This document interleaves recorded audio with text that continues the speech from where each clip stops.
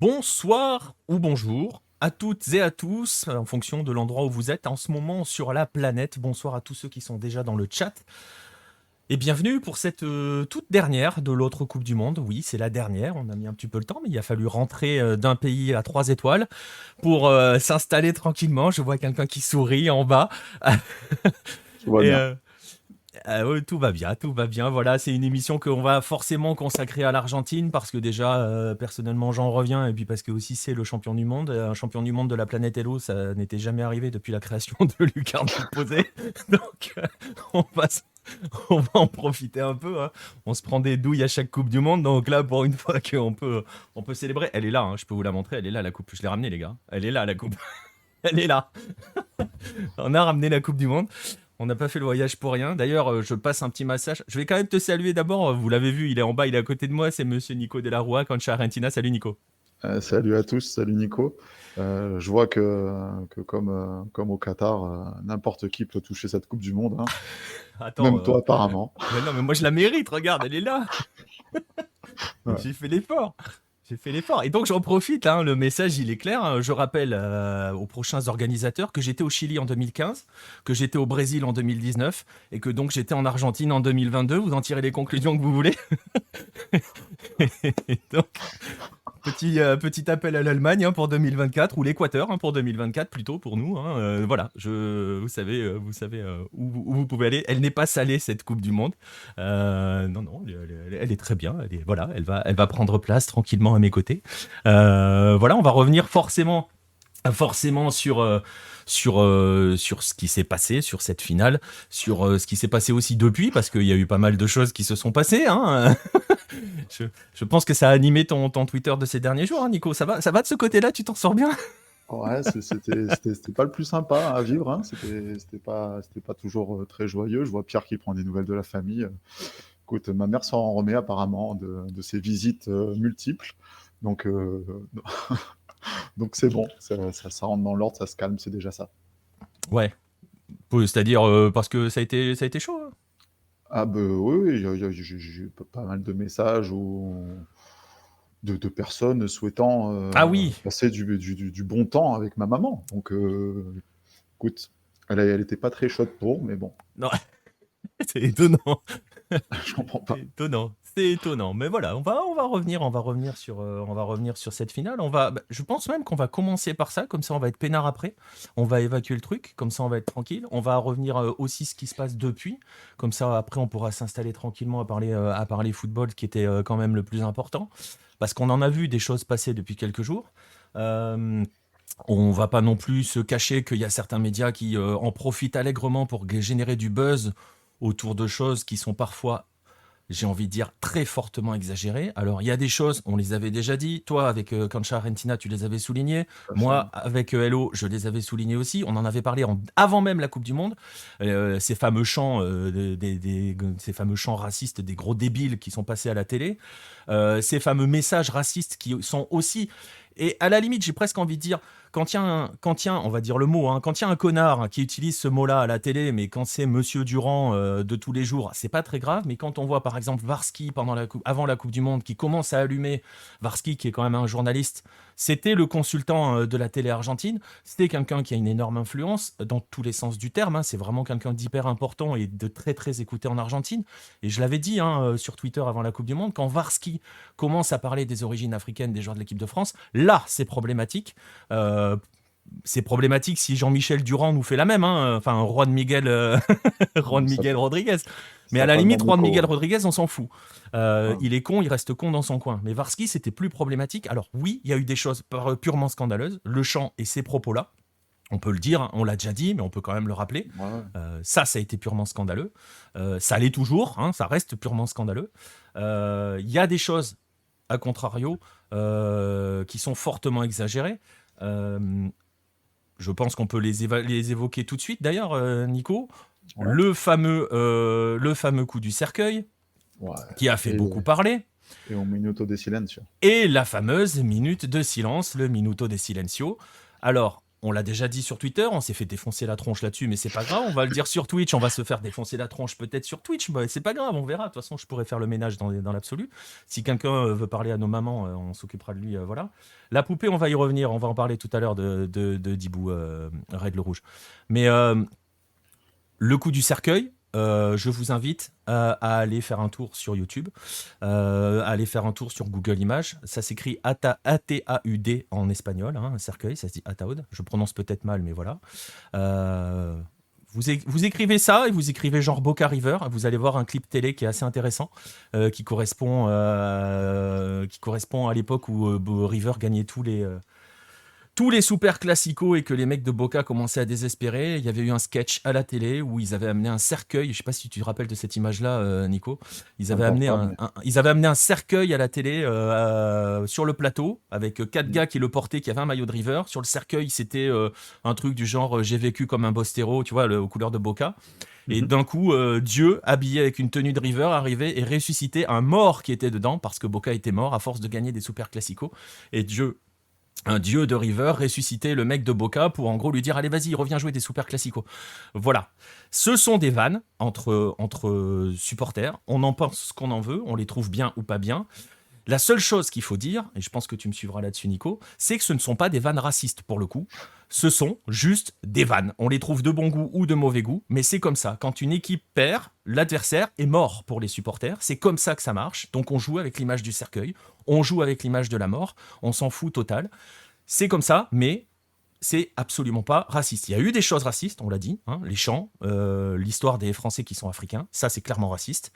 C'est amusant parce que je te donnerai la parole après, mais on a eu deux, trois chauffeurs de taxi hein, ou de Uber qui nous ont fait ça. Il y en a eu un qui nous a sorti ça. Bon, la seule chose qu'on lui a répondu, c'est bah en même temps, vous êtes tous italiens. Euh, et, C'est vrai. et il finit par dire oui. Enfin, il n'hésite même pas, il dit bah oui, c'est vrai. Donc il s'arrête là, tu vois, et le truc s'arrête là comme ça. Mais voilà, mais en tout cas, tout ce que l'on voit depuis, et je pense par exemple à ce tweet de l'équipe auquel j'ai réagi hein, sur Twitter, en leur disant parlez peut-être avec vos correspondants, justement avec la Minuta des Silencio et tout ce qui s'en est suivi. Dans ces célébrations-là, on les aime ou on les aime pas, on les trouve de bon goût ou de mauvais goût, mais ce sont juste des vannes. C'est comme ça. Elles sont appropriées ou pas. C'est vrai que Dibou Martinez qui dit une Minuta de Silencio pour Mbappé qui est à muerto quand il t'en a mis 4. Bon, Bah, donc, c'est con, mais dans la culture argentine, c'est drôle. mais voilà. C'est juste drôle. C'est bien trouvé. C'est une connerie à la Dibou et à l'Argentine. Sans aller chercher trop loin sur YouTube et compagnie, vous tapez cercueil et n'importe quel club argentin, C'est ça. il aura fait son défilé le cercueil de l'adversaire, le cercueil avec le nom du meilleur joueur adverse. Voilà, on t'a tué sur un match. Ça veut dire ça, on t'a tué, on t'a enterré. Et point, c'est fini. Il y a rien derrière. Au Minuto des Silencio, pareil, à chaque match.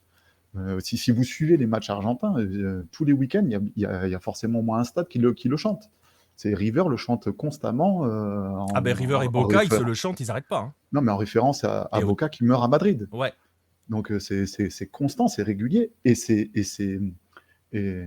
faut le prendre avec du 12e degré quoi. Voilà, c'est du chambrage. Il y a rien de raciste, il y a rien de connoté, il y a rien de ils veulent la mort de personne en vrai. C'est juste voilà, c'est on t'a tué. Et c'est leur façon à eux de l'exprimer. Et au Minuto des Silencio, le cercueil, je sais plus ce qu'il y avait, enfin une croix. Ah, c'est de notre point de vue d'Européens, Français, etc. Ça peut nous choquer, ça a le droit de choquer, ça c'est pas un souci. Ce qui est problématique, c'est quand on fait un raccourci et qu'on dit que bah, ces événements-là, finalement, c'est du racisme, c'est de l'homophobie, c'est je sais plus ce que j'ai lu, je me traitais de nazi parce que je disais bah ouais, bah, ça arrive tous les week-ends. Mais ouais, bah, ok, je comprends, ça vous choque, pas de souci, vous avez le droit d'être choqué. Moi, ça me choque absolument pas. Mais Et Bah, parce qu'on en mange quotidiennement, quoi. ben c'est ça. Et en plus, le truc amusant dans l'histoire, enfin, je trouve amusant, c'est-à-dire que beaucoup de gens qui aujourd'hui sont très choqués, sont voilà, machin, sont des gens qui habituellement aiment se gargariser de la folie des ambiances argentines, alors que c'est exactement la même chose dans les stades. Parce que c'est ce que j'ai essayé d'expliquer aussi à un moment, et tu me suivras probablement là-dessus, c'est que il y a deux footballs en Argentine. Il y a le football de sélection, qui est un football où tout le monde s'unit derrière les couleurs, tout le monde Mhm. pousse l'Argentine, voilà, qui est moins passionnel ou moins passionnel. Il reste passionné, mais il n'est pas passionnel. Et il y a Mhm. le football de club, qui est un autre football, qui lui a donné lieu à toutes les dérives, toutes celles que l'on veut, et qui lui aussi s'appuie sur énormément, énormément de chambrage, qu'il soit de bon goût ou de mauvais goût, c'est autre chose. Et on a la sensation que les gens sont en train de découvrir le football de club argentin au travers de la sélection. Alors que tous les week-ends, c'est ce que disait Nico, c'est comme ça. Et encore là, c'était presque limite gentil, quoi. Ouais, c'est ce que j'ai expliqué. Franchement, je m'attends à bien pire dans les jours à venir parce qu'ils sont capables de bien pire. Dans leur quotidien, ils font pire. Donc là, je trouve ça.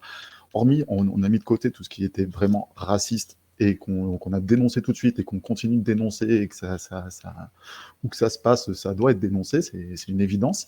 Mais tout le reste, c'est la façon dont les Argentins vivent le football. Et c'est ce qui plaît, j'allais dire une vulgarité, mais c'est ce qui plaît au reste du monde et qui fait venir, qui fait monter le buzz sur les matchs argentins.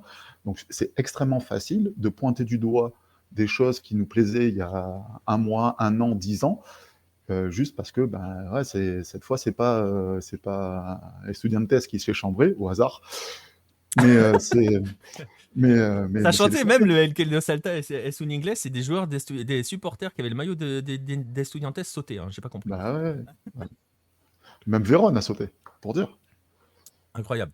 Mais Non, et je- ce qui est agaçant aussi, pardon, ouais, non, non, vas-y, vas-y, vas-y. je reprends sur ce que tu disais sur les médias qui en font des tonnes, c'est que les gros médias sportifs, ils ont tous des envoyés spéciaux, C'est enfin ça. pas des correspondants, pardon, pas des envoyés spéciaux, des correspondants sur place qui connaissent très bien, qui ont relativisé tout de suite plein de choses, mais on leur a pas donné C'est pas eux qui parlent. ils ont pas eu l'oreille, l'écoute suffisamment mise en avant par leur chaîne. Et c'est ça qui est frustrant parce qu'eux, ils disent directement ok, j'y suis en Argentine aussi. Là, j'ai entendu, oui, il y a eu des insultes racistes, mais il y a eu ça, ça, ça, ça, ça. Ça, quand vous pointez du doigt des, des,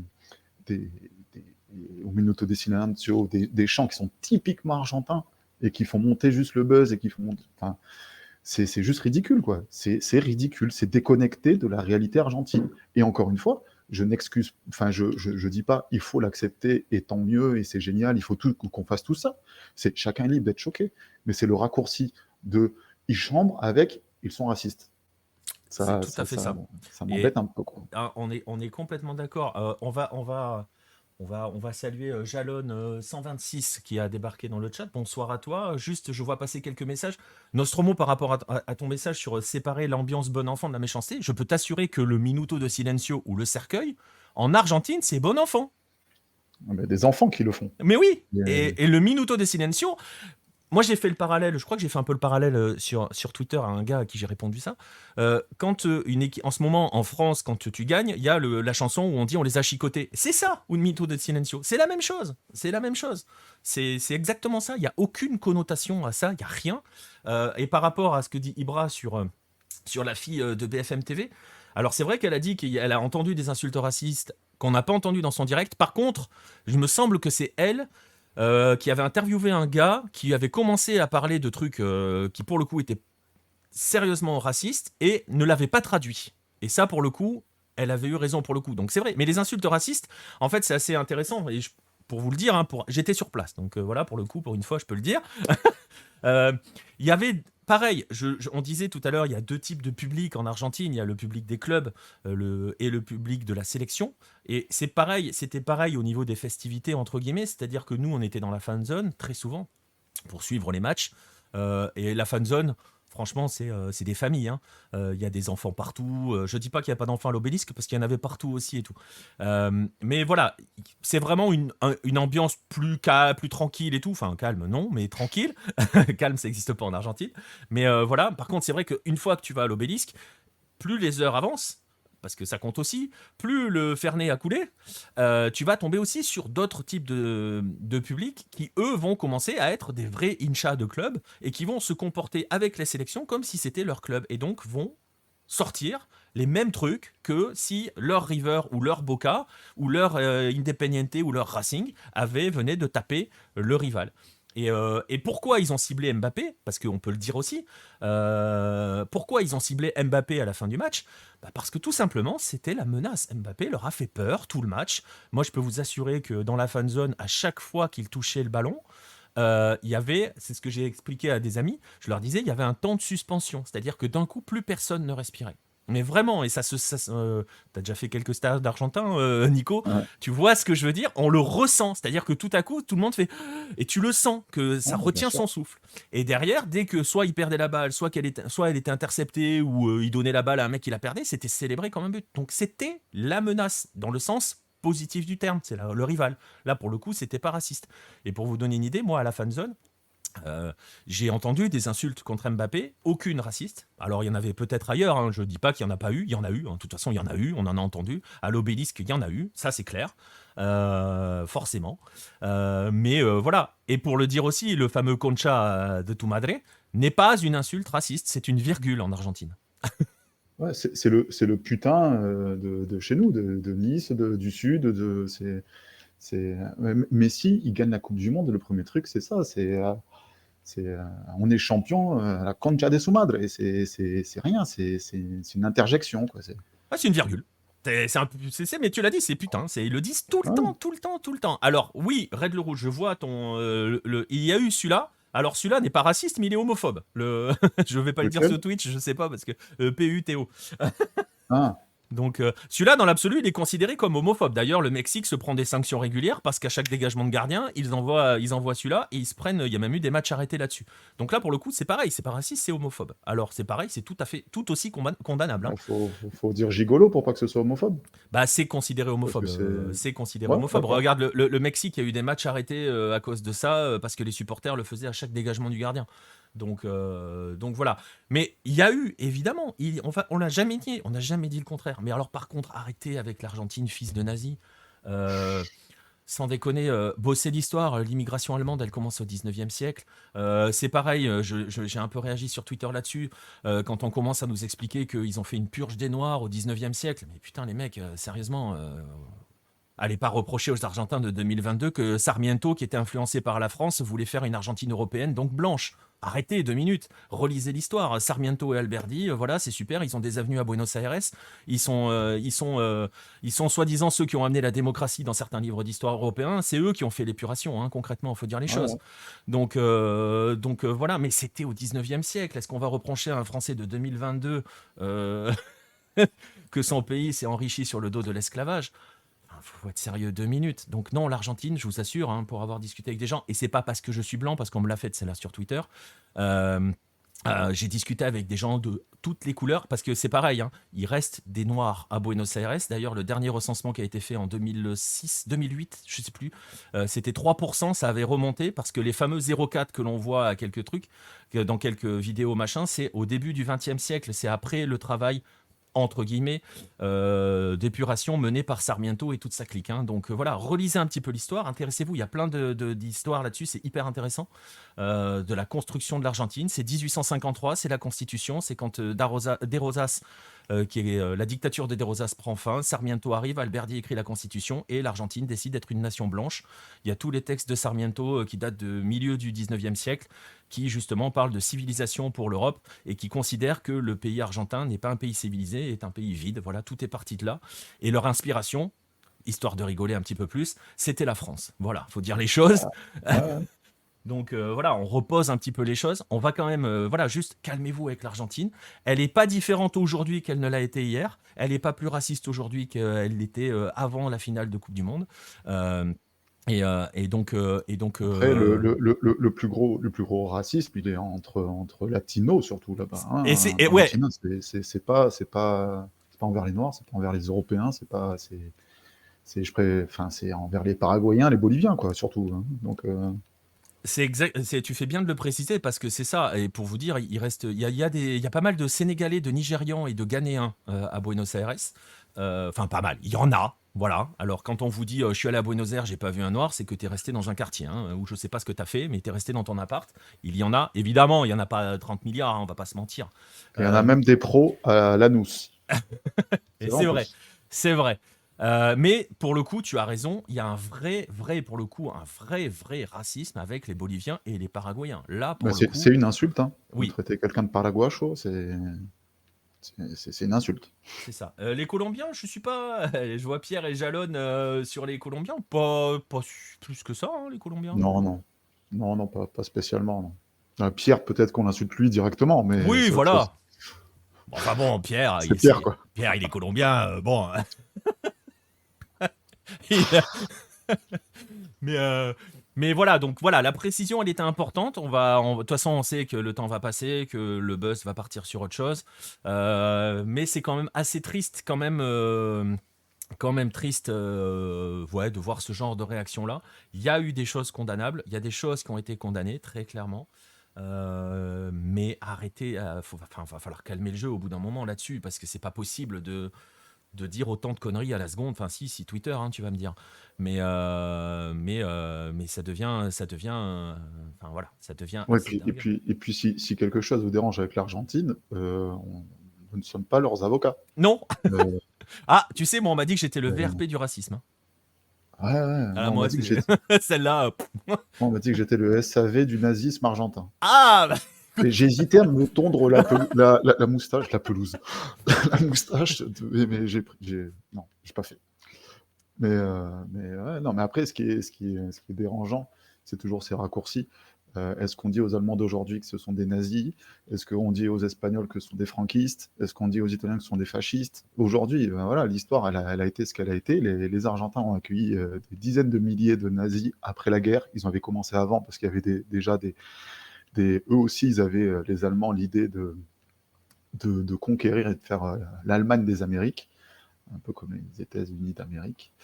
Et, et donc, ils l'ont jamais fait. Mais oui, il y a eu des passerelles, il y a eu des choses horribles qui ont été faites, et on ne défend rien de tout ça. C'est juste, on décrit ce qui s'est passé, et on dit qu'aujourd'hui, bah, c'est pas la réalité. Et c'est ça. si vous avez la chance d'aller à Buenos Aires aujourd'hui, vous verrez que la vie de tous les jours, c'est pas ça. C'est pas ce racisme qu'on nous fait croire dans les médias aujourd'hui, parce que tout le monde a insulté Mbappé. Si le meilleur joueur de la France, si Griezmann avait mis 4 buts et que c'était lui qui faisait trembler tout le monde, ils auraient insulté Griezmann de tous les noms. Et parce que c'est l'adversaire. C'est ça. Et s'ils avaient battu C'est- le Brésil, c'est Neymar qui serait sur le cercueil. Ben, ouais. Voilà. Et Et c'est ça pas nous ferait possible. marrer. Et ça ferait Et marrer ça les ferait marrer Français. tout le monde. Voilà, c'est ça, c'est exactement. Je suis d'accord avec toi, Narvalo. Ouais, enfin, Narvalo qui nous dit j'espère que tu as raison, que le temps apaisera les jugements. Car on a vu la haine qu'ils ont développée envers les Belges depuis 4 années, durant 4 années. C'est pas faux. Je vais essayer de rester positif, hein. De me dire que ça va s'apaiser. Au prochain Super Classico avec plein de papelitos, des ambiances fous et des mecs qui font n'importe quoi, vous inquiétez pas que vous verrez partout dans la presse et tout le monde dira oh putain c'est génial l'Argentine, faut que j'y aille un jour. Voilà. Mais bon, voilà, là l'Argentine est devenue un ennemi. Bon, bah écoutez, très bien, on verra. On verra. J'essaye de voir un petit peu les Ouais, messages. on peut faire un point quand même sur Dibou Martinez, Eh ben écoute, allez, qui a quand vas-y. même un part. On va y aller Où, sur Dibou. On va en parler maintenant de Dibou. alors, Allons-y sur Dibou Martinez. Alors, c'est rien de raciste, c'est rien d'homophobe, j'ai l'impression en tout cas. C'est juste extrêmement con. Et Je mets la Martinez, seule image où il n'est pas con. il est dodo, il dort. Non, il vient de il lève les bras, c'est tout ce qui. Non, mais c'est pas nouveau. C'est à la Copa América, il fait déjà les mêmes gestes l'an dernier. Il est déjà dans ce personnage-là, il s'est enfermé dans ce personnage-là, c'est ce qui lui permet peut-être de prendre l'ascendant sur les tirs au but, les choses comme ça. Et puis c'est une mèche courte. Son premier réflexe quand il a un trophée, c'est de faire un geste obscène. Ben ok, c'est ce que je disais en off à Nico. Imaginez en France Pascal Olmeta qui gagne la Coupe du Monde et qui est désigné meilleur gardien du mondial. Je pense qu'il finit tout nu dans le rond central, quoi. C'est Donc possible. c'est complètement con, mais ça a rien. Faut le laisser faire sa fête de Mongolien de son côté, de débile là. Et, et passer à autre chose. Quand il a la poupée, c'est obscène, ok, C'est totalement c'est obscène. c'est- c'est dégueulasse, c'est immonde, c'est ce que vous voulez, mais ça reste on dirait un enfant de 12 ans qui a gagné quelque chose de monstrueux. Bon, il Moi, a vraiment gagné quelque chose de monstrueux. un enfant de Mais 12 ans particulièrement con quand même, parce que bon, mais tu l'as dit, hein, il est juste ouais, con. C'est pas ça, et, enfin c'est pas sa faute, il est con. Il a les fils qui se touchent, mais pas du bon côté. Donc voilà. ouais, puis sur le bus, là, sur la parade, sur la caravane, il est à combien de grammes? Il n'y en a Ah pas bah un qui est à jeun. là, Ils ont tous pris du Fernet et des coups de soleil. Donc, c'est clair. C'est c'est, clair, c'est, non, c'est- mais c'est clair. Mais voilà, comme ça, on a évacué Dibou. Euh, il y a Arclune qui nous dit on veut pas savoir ce qu'il fait habituellement avec ses gants. En tout cas, oui, on veut juste pas savoir s'il le fait avant ou après le match. Donc, s'il fait comme avec le trophée, voilà, on veut pas savoir s'il met ses mains dedans après. Mais, non, mais oui, voilà, Dibou est con. Voilà, c'est pareil. Agüero est très con. Agüero n'a fait que dire des conneries. N'avait rien à faire là. Bon, il est le copain d'enfance de Messi, hein. Ils ont partagé les chambres quand ils étaient en sélection de jeunes et tout. Ils sont tout le temps ensemble. Il n'a pas cessé de dire des conneries. Celle sur Kamavinga, c'est peut-être la plus belle en termes de conneries. Voilà, il est con, il avait rien à faire là. Moi, très franchement, hein, je sais pas ce que t'en as pensé toi d'Agüero. Comme ça, on évacue les deux bon, moi, débiles du Coupe du Monde. j'étais fan, donc ça m'a déçu, surtout. Il y a une vraie déception sur Kun. Et déjà, ouais, sa présence, soit on l'intègre vraiment au groupe et il a un rôle même bidon, il fait Ouais, c'est chauffeur de ça. bus, soit il est spectateur en tribune avec les Crespo, je sais plus qui y avait Ouais, il y avait les Kempes, Sorin, Sorin, Batistuta était dans le coin, je crois. Zanetti, Ouais.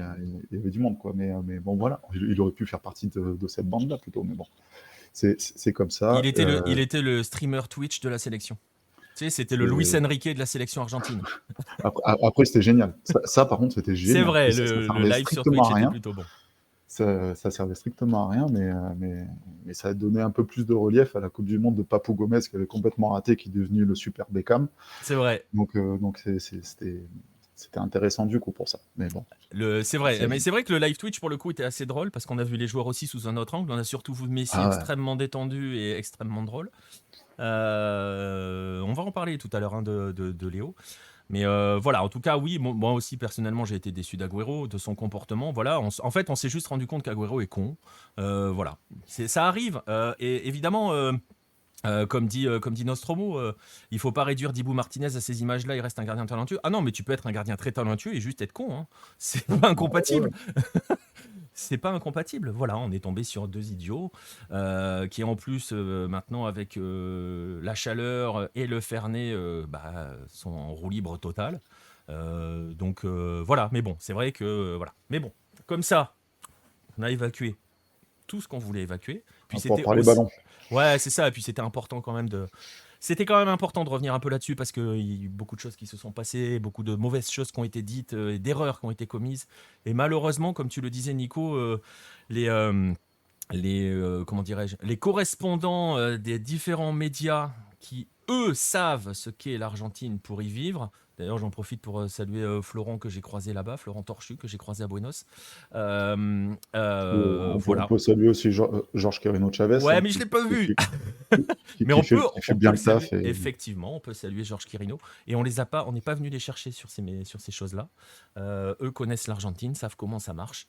Et voilà, malheureusement. Mais bon, c'est la course au buzz, c'est la course au retweet. Celui qui lâchera la plus grosse merde aura le plus de retweets. Malheureusement, et comme je disais, hein, on va espérer, on va dire positiver et espérer que cela s'estompe. Après, le duel Messi-Mbappé ne va plus exister en sélection en 2026, donc je pense qu'on sera passé à autre chose. Euh, Georges Quirino l'a expliqué sur l'équipe 21. Ok, merci Bon. Frioul. Je vais dire Frioul parce que si je dis Nico, les gens vont être perdus. Il y aura trop de Nico dans le coin. Euh, Bah ouais, le Kun qui soulève la coupe alors qu'il a pas le droit. Oui, bah t'as l'autre débile avec son sel là, qui était sur la pelouse aussi, à toucher la coupe et à prendre des selfies avec les joueurs. Bon, voilà, le service de sécurité qatari apparemment, ils sont plus poreux que les autres. Ils arrivent à être même plus poreux que les services de sécurité argentins. Je peux vous assurer qu'ils sont très Bon, très il n'y en poreux. avait pas. Il y en avait pas. Ah, c'était fantastique. Bah après, je peux vous raconter ça, mais pour la fanzone, donc on est arrivé, on était une équipe, on était quatre, on avait des caisses, on avait du matos pour tourner, hein, avec des caméras et des trucs comme ça. Et donc, quand on arrivait devant les services de sécurité, on disait, bah, on est presse, on vient filmer. Le mec, il commence à vouloir regarder la caisse, puis il voit qu'il y a une grosse caisse et tout. Il faut, allez, c'est bon, bah, les couilles, passez. Allez-y, allez. Et le plus drôle, c'est le jour de la finale où la sécurité est un petit peu plus renforcée, c'est-à-dire on a été fouillé, incroyable. En gros, tu pouvais rentrer ce que tu voulais, sauf de l'alcool. Concrètement, ils nous fouillaient pour savoir si on avait des bouteilles d'alcool avec nous. Et mais le reste, ils s'en fichaient total. Et on arrive donc pareil, hein, toujours avec notre matos. Vous imaginez une énorme caisse avec des caméras dedans et des trépieds à l'épaule et tout, machin. Enfin, tu vois, c'est hyper discret hein, quand tu arrives dans la zone. Le truc absolument passe-partout. Et donc, il y a un gars de la sécu qui nous arrête. Un peu embêté, tu vois, genre oh là là, il nous transporte quoi? Et donc il sort son talkie-walkie, il appelle son chef, genre vas-y Miguel, viens voir, il y a des mecs, ils ont des caisses et des trucs chelous, viens voir. Et t'as le gars qui arrive, je vous jure, mais c'est fantastique. Le mec arrive, il marche, il regarde son pote qui fait ouais, ils ont des trucs comme ça, il nous regarde, et il regarde son pote, il fait et il se barre. Et là l'autre nous dit bon bah allez-y. Donc donc voilà, c'était absolument magnifique, mais les services de sécurité, oui, non, n'existent pas en Argentine et on peut parler de la parade où ils n'ont rien prévu, ils se sont fait déborder Après, totalement. après quand t'as plus de 5 millions de personnes qui débarquent, t'es forcément débordé, quoi. Je pense pas que tu puisses vraiment encadrer ce genre de choses, quoi. Ah bah ouais, bah alors Bon, pour le coup, moi je sais que nous on est parti de la fan zone, il y avait à peu près 3-4 km pour arriver jusqu'à l'obélisque. Donc habituellement tu fais ça en bagnole, là on l'a fait à pied. ah Euh, bah, l'autoroute était difficile d'accès. Ouais, ouais, ouais. Bah après, tu pouvais encore passer à ce moment-là, le soir, tu vois, tu pouvais encore passer. Il y avait encore du trafic en bagnole. Tu pouvais même arrêter des voitures sur la route et monter pour qu'ils t'emmènent. Parce que les gens étaient partout. Enfin, c'était n'importe quoi. C'était de la Hmm. folie, mais de la bonne folie, de la vraie belle folie. Avec les fameux Abuela qui étaient chantés dès qu'ils croisaient une dame âgée. Si vous avez vu l'histoire, c'est parce qu'en fait, je sais plus dans quelle ville, tu vas peut-être m'aider, avec une grand-mère qui est sortie avec son drapeau de l'Argentine après la première victoire. Ouais, Euh, c'est parti de là, mais je sais pas dans quelle ville je c'était, sais mais c'est. à Rosario, merci Ibra. Et Après, on fait donc partout, hein. ouais, ouais, et en fait après ça s'est propagé et c'est devenu c'est quelque chose qui est très présent en Argentine, ce qu'on appelle la Kabbalah, c'est un rituel en fait, les choses doivent toujours se faire. Quand tu gagnes, tu ne changes pas ce que tu as fait de ta journée, et rien ne change. Et donc c'est devenu le rituel et voilà. Et donc à Buenos, dès qu'ils croisaient une dame âgée, tout le monde se mettait autour et chantait Abuela, là là là là. Enfin voilà, c'était de la folie folieuse. Mais plus tu te rapprochais de l'obélisco et plus forcément ça se densifiait. Et très honnêtement, nous on était dans une rue qui était parallèle à la Nueve de Julio, hein, qui est qui est Main bah, Street. la rue, ouais, la rue la plus grande rue. C'est les Champs-Élysées, on va dire, mais puissance 10 000 parce que c'est beaucoup plus grand, avec l'obélisque en plein milieu. Bah, dès que tu voulais aller sur la Nové de Rulio, tu pouvais plus. C'était fini. Et tu pouvais pas avancer tellement c'était dense et compacté. C'était juste pas possible. On a un pote qui y est allé. Il a mis 1 heure à faire 50 mètres. Nous, on a réussi à rejoindre l'appart qui était plus loin. En passant dans les rues parallèles, lui il n'a pas fait 50 mètres en 1 heure, c'était infernal. Il y avait, pour le coup, hein, c'était tellement dense qu'il y avait des femmes qui faisaient des malaises, des enfants qui se sentaient pas bien, enfin c'était là, pour le coup, on était dans une folie, une belle folie, mais voilà. Et au niveau de la sécurité, voilà. Et tu t'imagines que pour le retour des joueurs, voilà, l'obélisque était prête à 5 heures avant qu'ils arrivent, quoi. Enfin, même, je sais même pas à quelle heure ils sont arrivés, en fait. Ils sont arrivés à 2 heures du mat, c'est ça? Allô, les joueurs, Ouais, à Ezeiza. Parce qu'il y avait des gens qui ont commencé à camper sur à, l'autoroute la veille. à 1h30 du match, je crois, ils débarquent à l'aéroport et après ils vont direct à. Enfin, direct. Ils font une fausse caravane jusqu'à au Predio AFEA. Et et il y avait déjà du monde, ouais. Et puis même à l'obélisque, quoi, ça s'est jamais arrêté depuis dimanche soir, quoi. C'est ce que j'ai vu, c'est ce que j'ai mis. Il y a toujours eu une fête non-stop. Alors, alors, pour dire les choses, lundi matin, il y avait personne. Ouais, ouais. Ah, vraiment. Alors c'était assez drôle parce que forcément moi je l'ai prise puisque nous on est parti lundi. On a décollé lundi matin, donc on est passé par l'obélisque, par là, nous t'es obligé en même temps, hein, vu où on était. Mais ça va te parler peut-être, on était du côté de Montserrat, tu vois. Donc Pas mal. on était plutôt pas mal, hein, on était vraiment bien. Euh, et donc pour aller à l'aéroport, bon bref, je rentre pas dans le détail, mais on a remonté l'avenue. Il y avait personne, il y avait que les mecs qui nettoyaient tout ce qui restait dans les pelouses, qui traînaient machin. Et c'était assez terrible parce que tu dis les mecs ils sont en train de nettoyer, mais dans 1 heure c'est mort. Dans une heure, c'est mort. Et ça s'est rempli après, en fait. Ça s'est rempli complètement après. Et pour vous dire, hein, sur la sécurité, sur bah, le fait qu'ils aient pas prévu que finalement le bus, il allait pas pouvoir passer, mais c'est l'Argentine, quoi. Ouais, après, c'est leur côté démesuré aussi et complètement falabraque, hein, mais ça a fait des images de dingue. Et Red Le Rouge nous dit, hein, apparemment, il y a eu un mort. Bon, je pense qu'il y en a eu Ce, plus, hein. ils disent, les chiffres officiels, ils disent 18 blessés seulement, je crois. Et en gros, les deux qui essaient de sauter du pont, enfin, de sauter sur le bus depuis le pont, celui qui rate et qui tombe directement, là, a priori, lui, il serait mort. On n'en sait pas, enfin, c'est pas confirmé non plus. C'est ce qu'on dit, en tout cas. J'arrive pas à avoir une info vraiment fiable là-dessus. Bah, de toute façon, on n'en aura pas. Nous, déjà sur la demi, il y a des gens qui sont tombés de très très haut sur les lampadaires. Ouais. Il y a des Sur les gens qui, abribus, ouais, il y a des gens qui sont peut-être pas forcément encore en vie aujourd'hui, hein. ouais. Donc voilà, moi je sais on m'a rapporté un mec qui s'était explosé au sol, tache de sang et tout.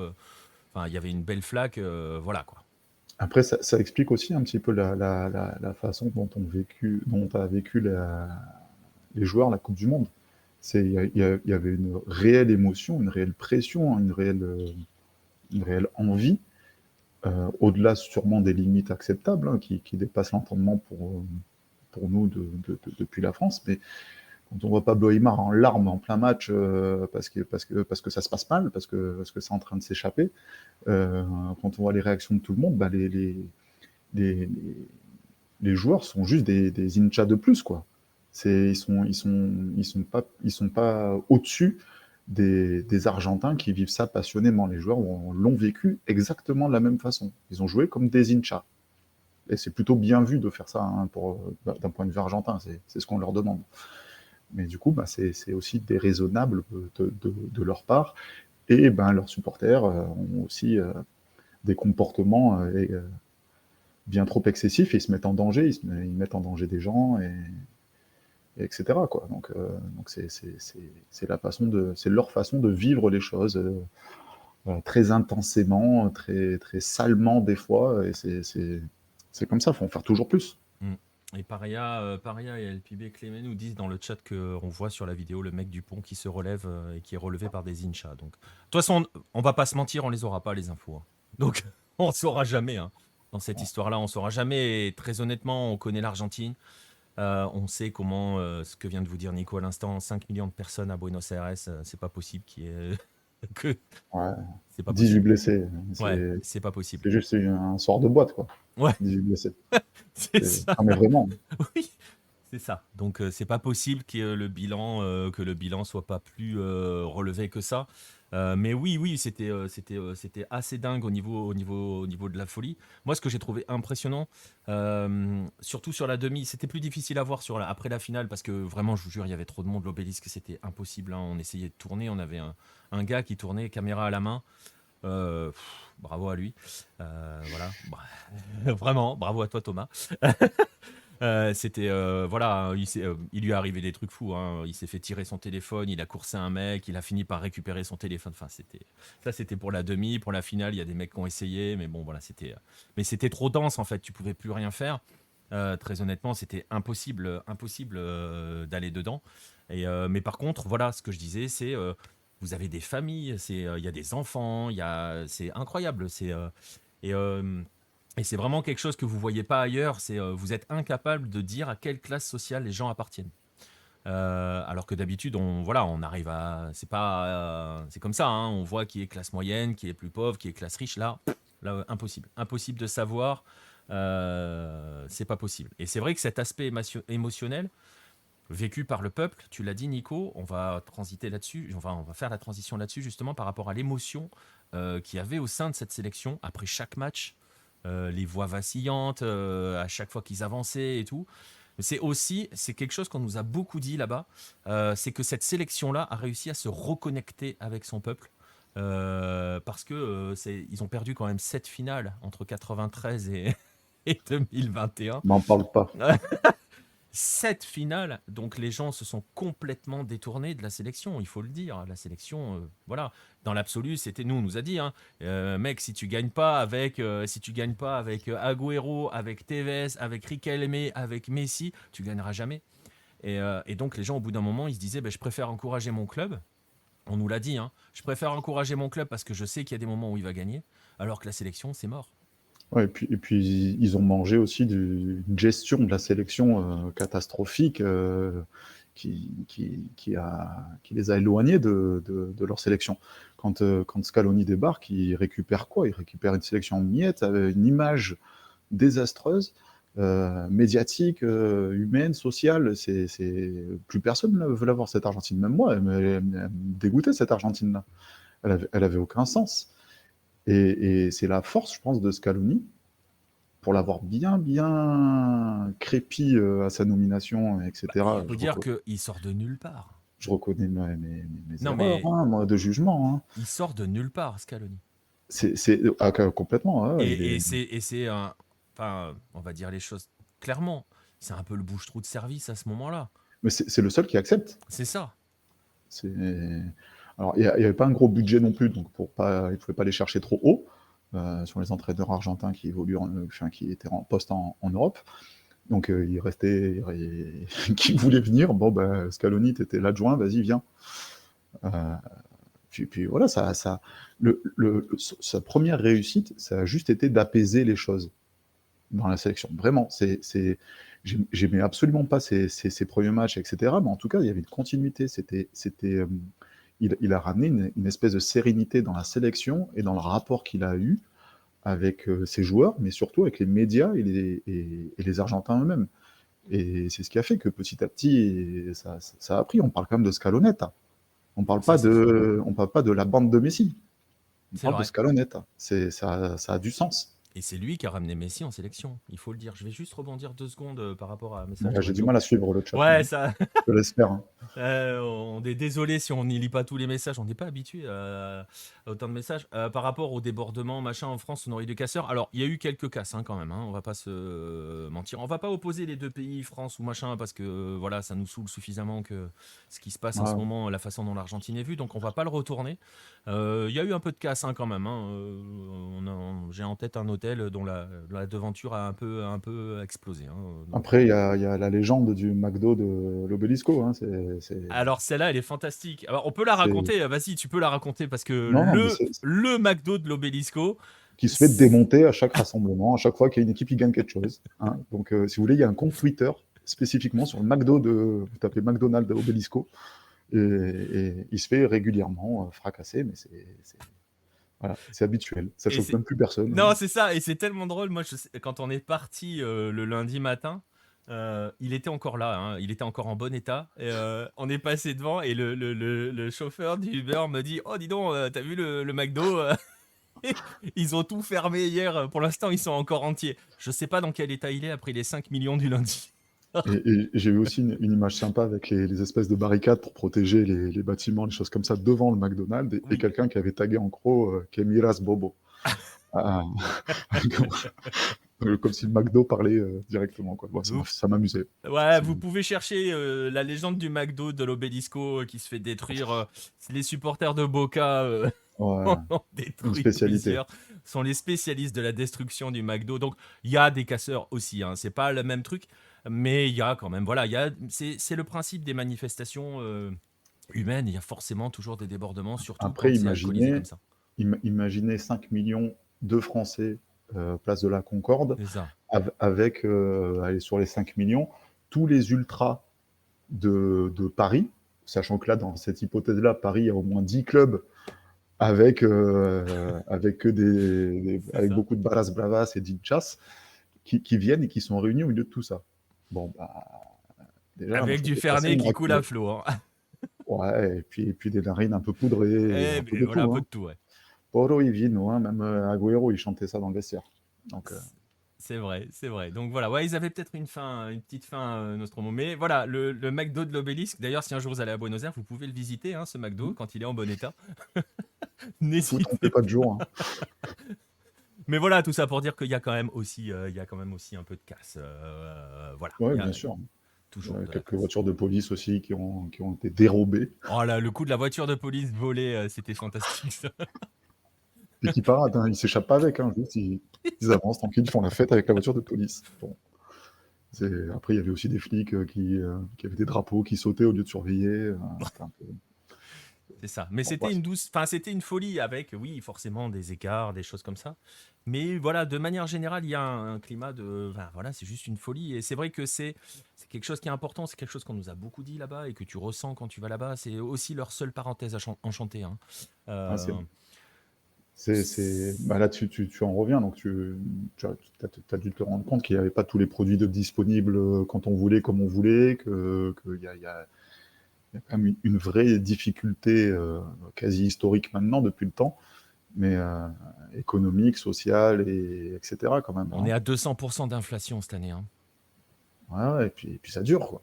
Ouais. Ça dure, hein. Bah, depuis la crise de 2001, ça n'a jamais arrêté en fait. Et qui a été la grosse crise. Ouais, Depuis, ça n'a jamais cessé. Là, cette année, ils sont à 200% d'inflation. Nous, on a discuté avec un gars qui nous expliquait que les matchs, il pouvait pas les voir à la télé parce qu'il n'a pas pu payer son électricité, il a plus de courant.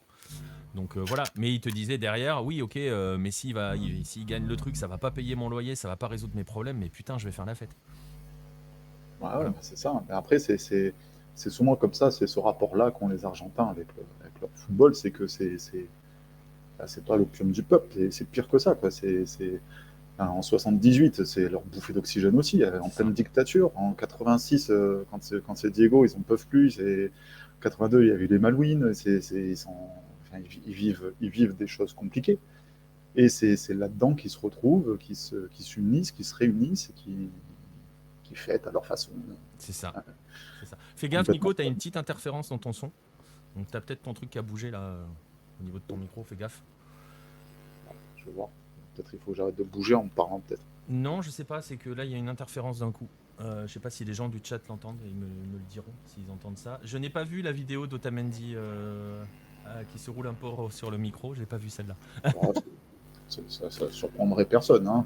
Ça surprendrait personne. Ouais, t'as une interférence qui grandit. C'est peut-être le téléphone, t'as ton téléphone à côté de toi? Je l'enlève. Ouais.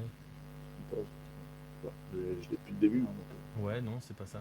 Mais bon, ouais, il y a une interférence qui est arrivée. censuré. Ouais, c'est ça. J'espère qu'elle va pas être trop gênante pour la suite. Dites-moi hein, dans le chat si ça vous gêne un petit peu ou si ça gêne beaucoup. Et essaye peut-être juste de débrancher, rebrancher ton truc, au cas où. Ça vient peut-être de là. Oh là, non, c'est pire. J'ai débranché et rebranché. Ouais, bah c'est pire. T'as peut-être un faux contact, ouais. Ah, là c'était bien. C'est bien. Hmm, pas fou. On l'entend bien de toute manière? Ok, bon alors on va continuer comme ça. Est-ce qu'on t'entend là, Nico? Après, je dis rien d'intelligent, hein, donc c'est pas grave. Donc, non, c'est pas bien gênant. Bah écoutez, merci, on va pouvoir continuer là-dessus. Justement, on va en parler. Nico parlait de Scaloni, de cette Scaloneta. On va revenir quand même un petit peu sur cette finale. Alors, on a parlé hein, de Dibou qui a été absolument monstrueux. Il y a quand même un homme sur lequel il faudrait focaliser. Alors, forcément, tout le monde va parler de Léo Messi, évidemment, parce que Léo Messi. Euh, qui a fait sa finale. Hein, comment tu l'as jugé, toi Ouais, ça va être vidéo, Friol. Comment tu l'as jugé, toi, Messi, sur cette finale? Parce qu'on a quand même eu un vrai duel Messi-Mbappé. C'était une folie. Ils se sont répondus, quoi, pour le coup. Bah, ils se sont répondu tard parce que pendant, Oui, pendant une bonne heure de jeu, c'était un monologue. Mais, euh, mais oui, ils ont fini par faire entrer cette finale dans la légende. Là, on est encore trop dans l'émotion et dans l'immédiateté pour s'en rendre compte. Mais des finales de Coupe du Monde avec un tel scénario, bon, je pense que ça restera longtemps dans l'histoire. Euh, Après, Messi il fait ses matchs, il est monté en régime un peu à l'image de la sélection au fil des rencontres. Et non, il a été très bon, il a été parfait dans son rôle et dans son implication. On l'a vu défendre, on l'a vu récupérer, je ne sais pas combien il a récupéré de ballons, mais ça doit être son record sur une Coupe du Monde de récupérer autant de ballons. Donc, non, il a pesé, il a été déterminant, comme on l'espérait forcément, quoi. Et un Messi C'est- qui est un petit peu le symbole de cette sélection-là. Essaye de bouger un petit peu ton truc parce qu'on t'entend un petit peu plus lointain hein, par rapport à tout à l'heure. On t'entend, mais un peu plus lointain. Ton truc, c'est ton micro. Hein. ouais. Et n'allez pas interpréter, messieurs, dames, d'autres choses. Je ne suis pas Dibou. Ah, là, c'est parfait, tu bouges plus. Dès que, Euh, dès que je dis Dibou, dès que tu ça dis marche Dibou, bien. ça marche, incroyable. Ah, Je pense que tu ça peux va être baisser. long l'émission, là. Ouais, je pense que tu peux baisser les bras. Et non, non, là c'est bien. Tu vois, il y a plus le grésillement, c'est parti. Messi qui est aussi à l'image de cette sélection on a dit tout à l'heure, c'est Scaloni qui a fait revenir Messi. Et aussi son comportement à Messi a changé depuis 3 ans. Il est devenu celui que l'on attendait qu'il devienne, c'est-à-dire le patron. On l'a vu commencer par grogner après l'AFA, assez rapidement quand il est revenu, chose qu'il ne faisait jamais avant. Et là, on l'a vu dans plusieurs interviews, dans plusieurs choses où il a pris position. Moi, le truc qui m'a marqué, c'est après la défaite face à l'Arabie Saoudite, où c'est lui qui prend la parole pour dire ça va les gars, vous inquiétez pas, on va gérer. Alors que 2018, quand ça commence à tourner, ça part en sucette très vite, il ne parle pas, jamais, il dit rien. Là, il a assumé du début à la fin, et depuis 2019, en gros, hein, depuis que Scaloni est arrivé, il est le véritable patron de cette équipe. Ouais, c'est pas qu'une impression, enfin, il fait partie de ce qu'il appelle la vieille garde avec les Otamendi et Di Maria. C'est eux qui ont les clés de la sélection. Et Messi, il est parfaitement dans son rôle de leader, de patron, et, et il tire tout le monde, il tire tout le monde avec lui.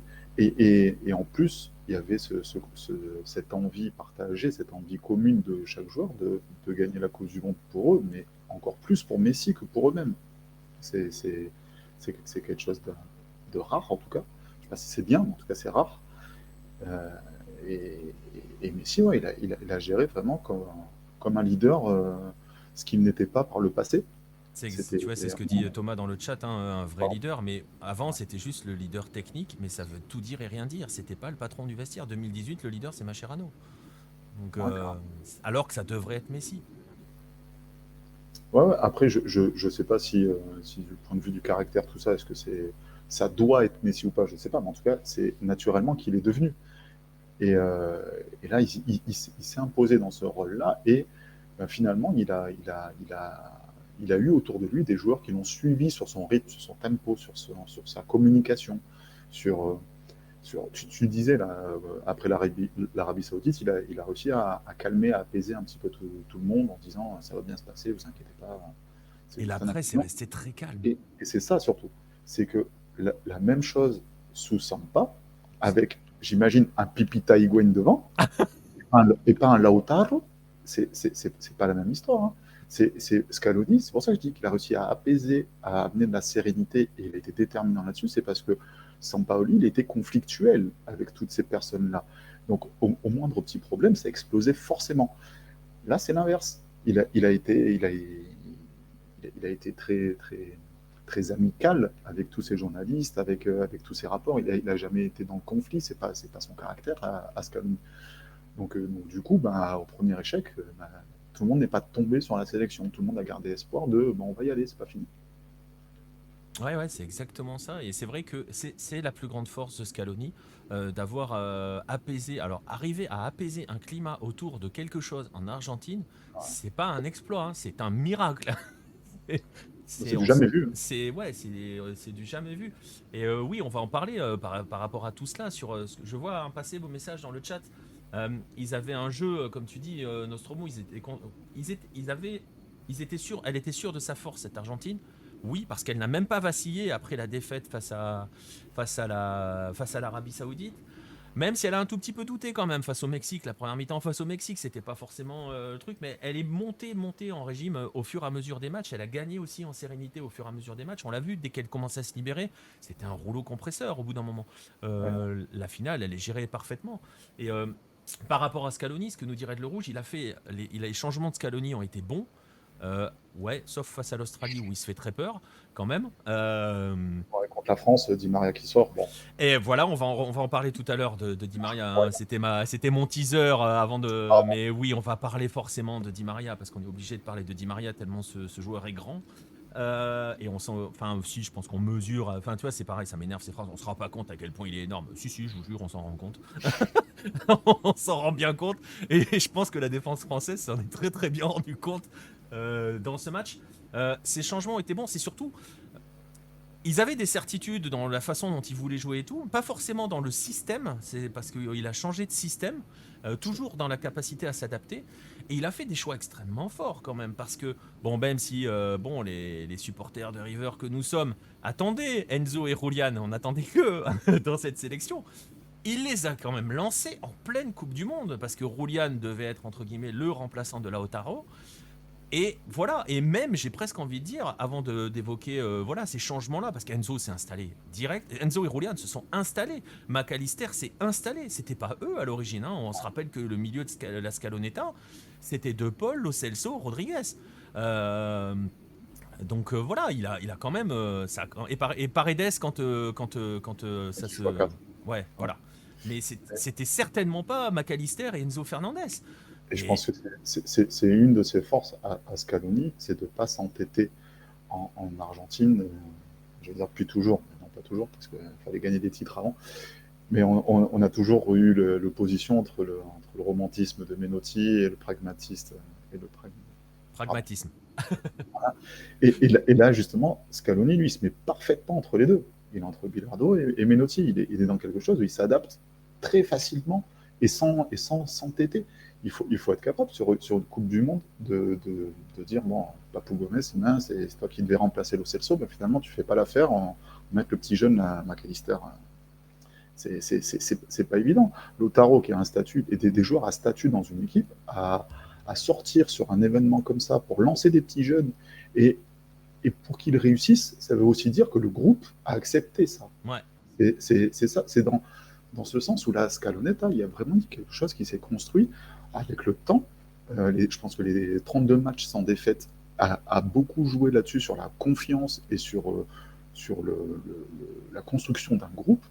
Et voilà, ça en dit long, quoi. Peu importe ce qu'il allait choisir, quand Di Maria sort, il fait pas la gueule. Quand les remplaçants, ils sont sur le banc, ils font pas la gueule. C'est rare. Et franchement, c'est une force de Scaloni et de ce groupe-là qui s'est construit avec, avec une volonté de se retrouver. Même quand ils étaient blessés dans les clubs, ils ne voulaient pas rater les rassemblements. Ils allaient quand même faire les heures d'avion en aller-retour pour aller à Buenos Aires, passer du temps avec les copains parce qu'ils avaient une mission, ils avaient un truc en tête et ils ne voulaient pas casser cette unité dans le groupe. Ouais. Et voilà, hein, le Scaloni, hein, qui a réussi à changer son 11 en laissant de côté, en mettant de côté Paredes, Lautaro, Lo Celso pour Enzo Julian, c'est ce qu'on disait, hein, c'est ce que dit Thomas dans le chat. Et moi, tu vois, c'est un détail, mais c'en est forcément pas un par rapport à ce groupe, par rapport à cette équipe-là. Il y a un truc que je trouve un changement que je trouve important, c'est quand il fait entrer Dybala en demi-finale. Dybala qui a pas joué un seul match avant, tout le monde se dit il va envoyer Lautaro, il envoie Dybala et ça se passe tranquille. Et il n'y a pas eu un seul problème avec Dybala. Et Il envoie Dybala, il envoie Foyce, il c'est envoie ça. tous les. Des Chaque mecs qui joueur a n'ont joué. jamais joué, enfin qui n'ont. Tous les joueurs de champ ont participé à C'est la Coupe ça. du Monde. C'est ça. Des mecs qui n'ont pas joué, il les envoie à ce moment-là. Et vraiment, le cas Dybala. En plus, tu peux te dire, franchement, nous, entre guillemets, en tant que Français, on s'est fait la réflexion. Quand il sort Roulian pour faire entrer Dybala, tu te dis, waouh, le message pour Lautaro.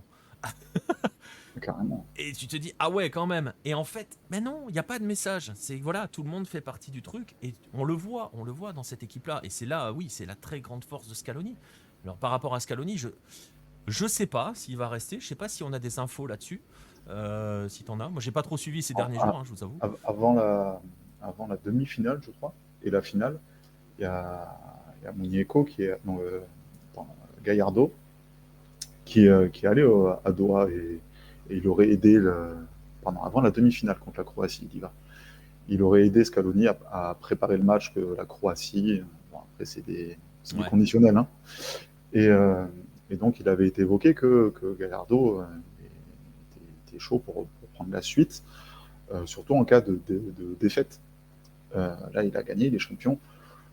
Et je pense qu'il a envie de rester encore un peu. Hein, donc, je pense pas que Chiqui Tapia le mette dehors. Bah là, c'est compliqué. Hein. même si Gallardo est libre, mais je pense que même Gallardo, il va pas faire le forcing pour mettre Voilà. Scaloni dehors. Hein, je sais pas, il s'est pas exprimé sur le sujet, enfin, en tout cas je l'ai pas vu, Scaloni, mais je pense qu'il n'y a pas de raison, sauf s'il est cramé, bouilli, parce qu'il a supporté 4 ans de pression et qu'il est arrivé au bout du truc, ce qui est possible aussi. Hein, mais Ouais, j'ai pas. même si tu l'as dit, cette pression-là, lui, il a réussi à l'évacuer de la sélection. Elle a joué sans pression hein, tout du long. C'est assez terrible. Alors, il y avait une charge émotionnelle très très forte. Ça, ok.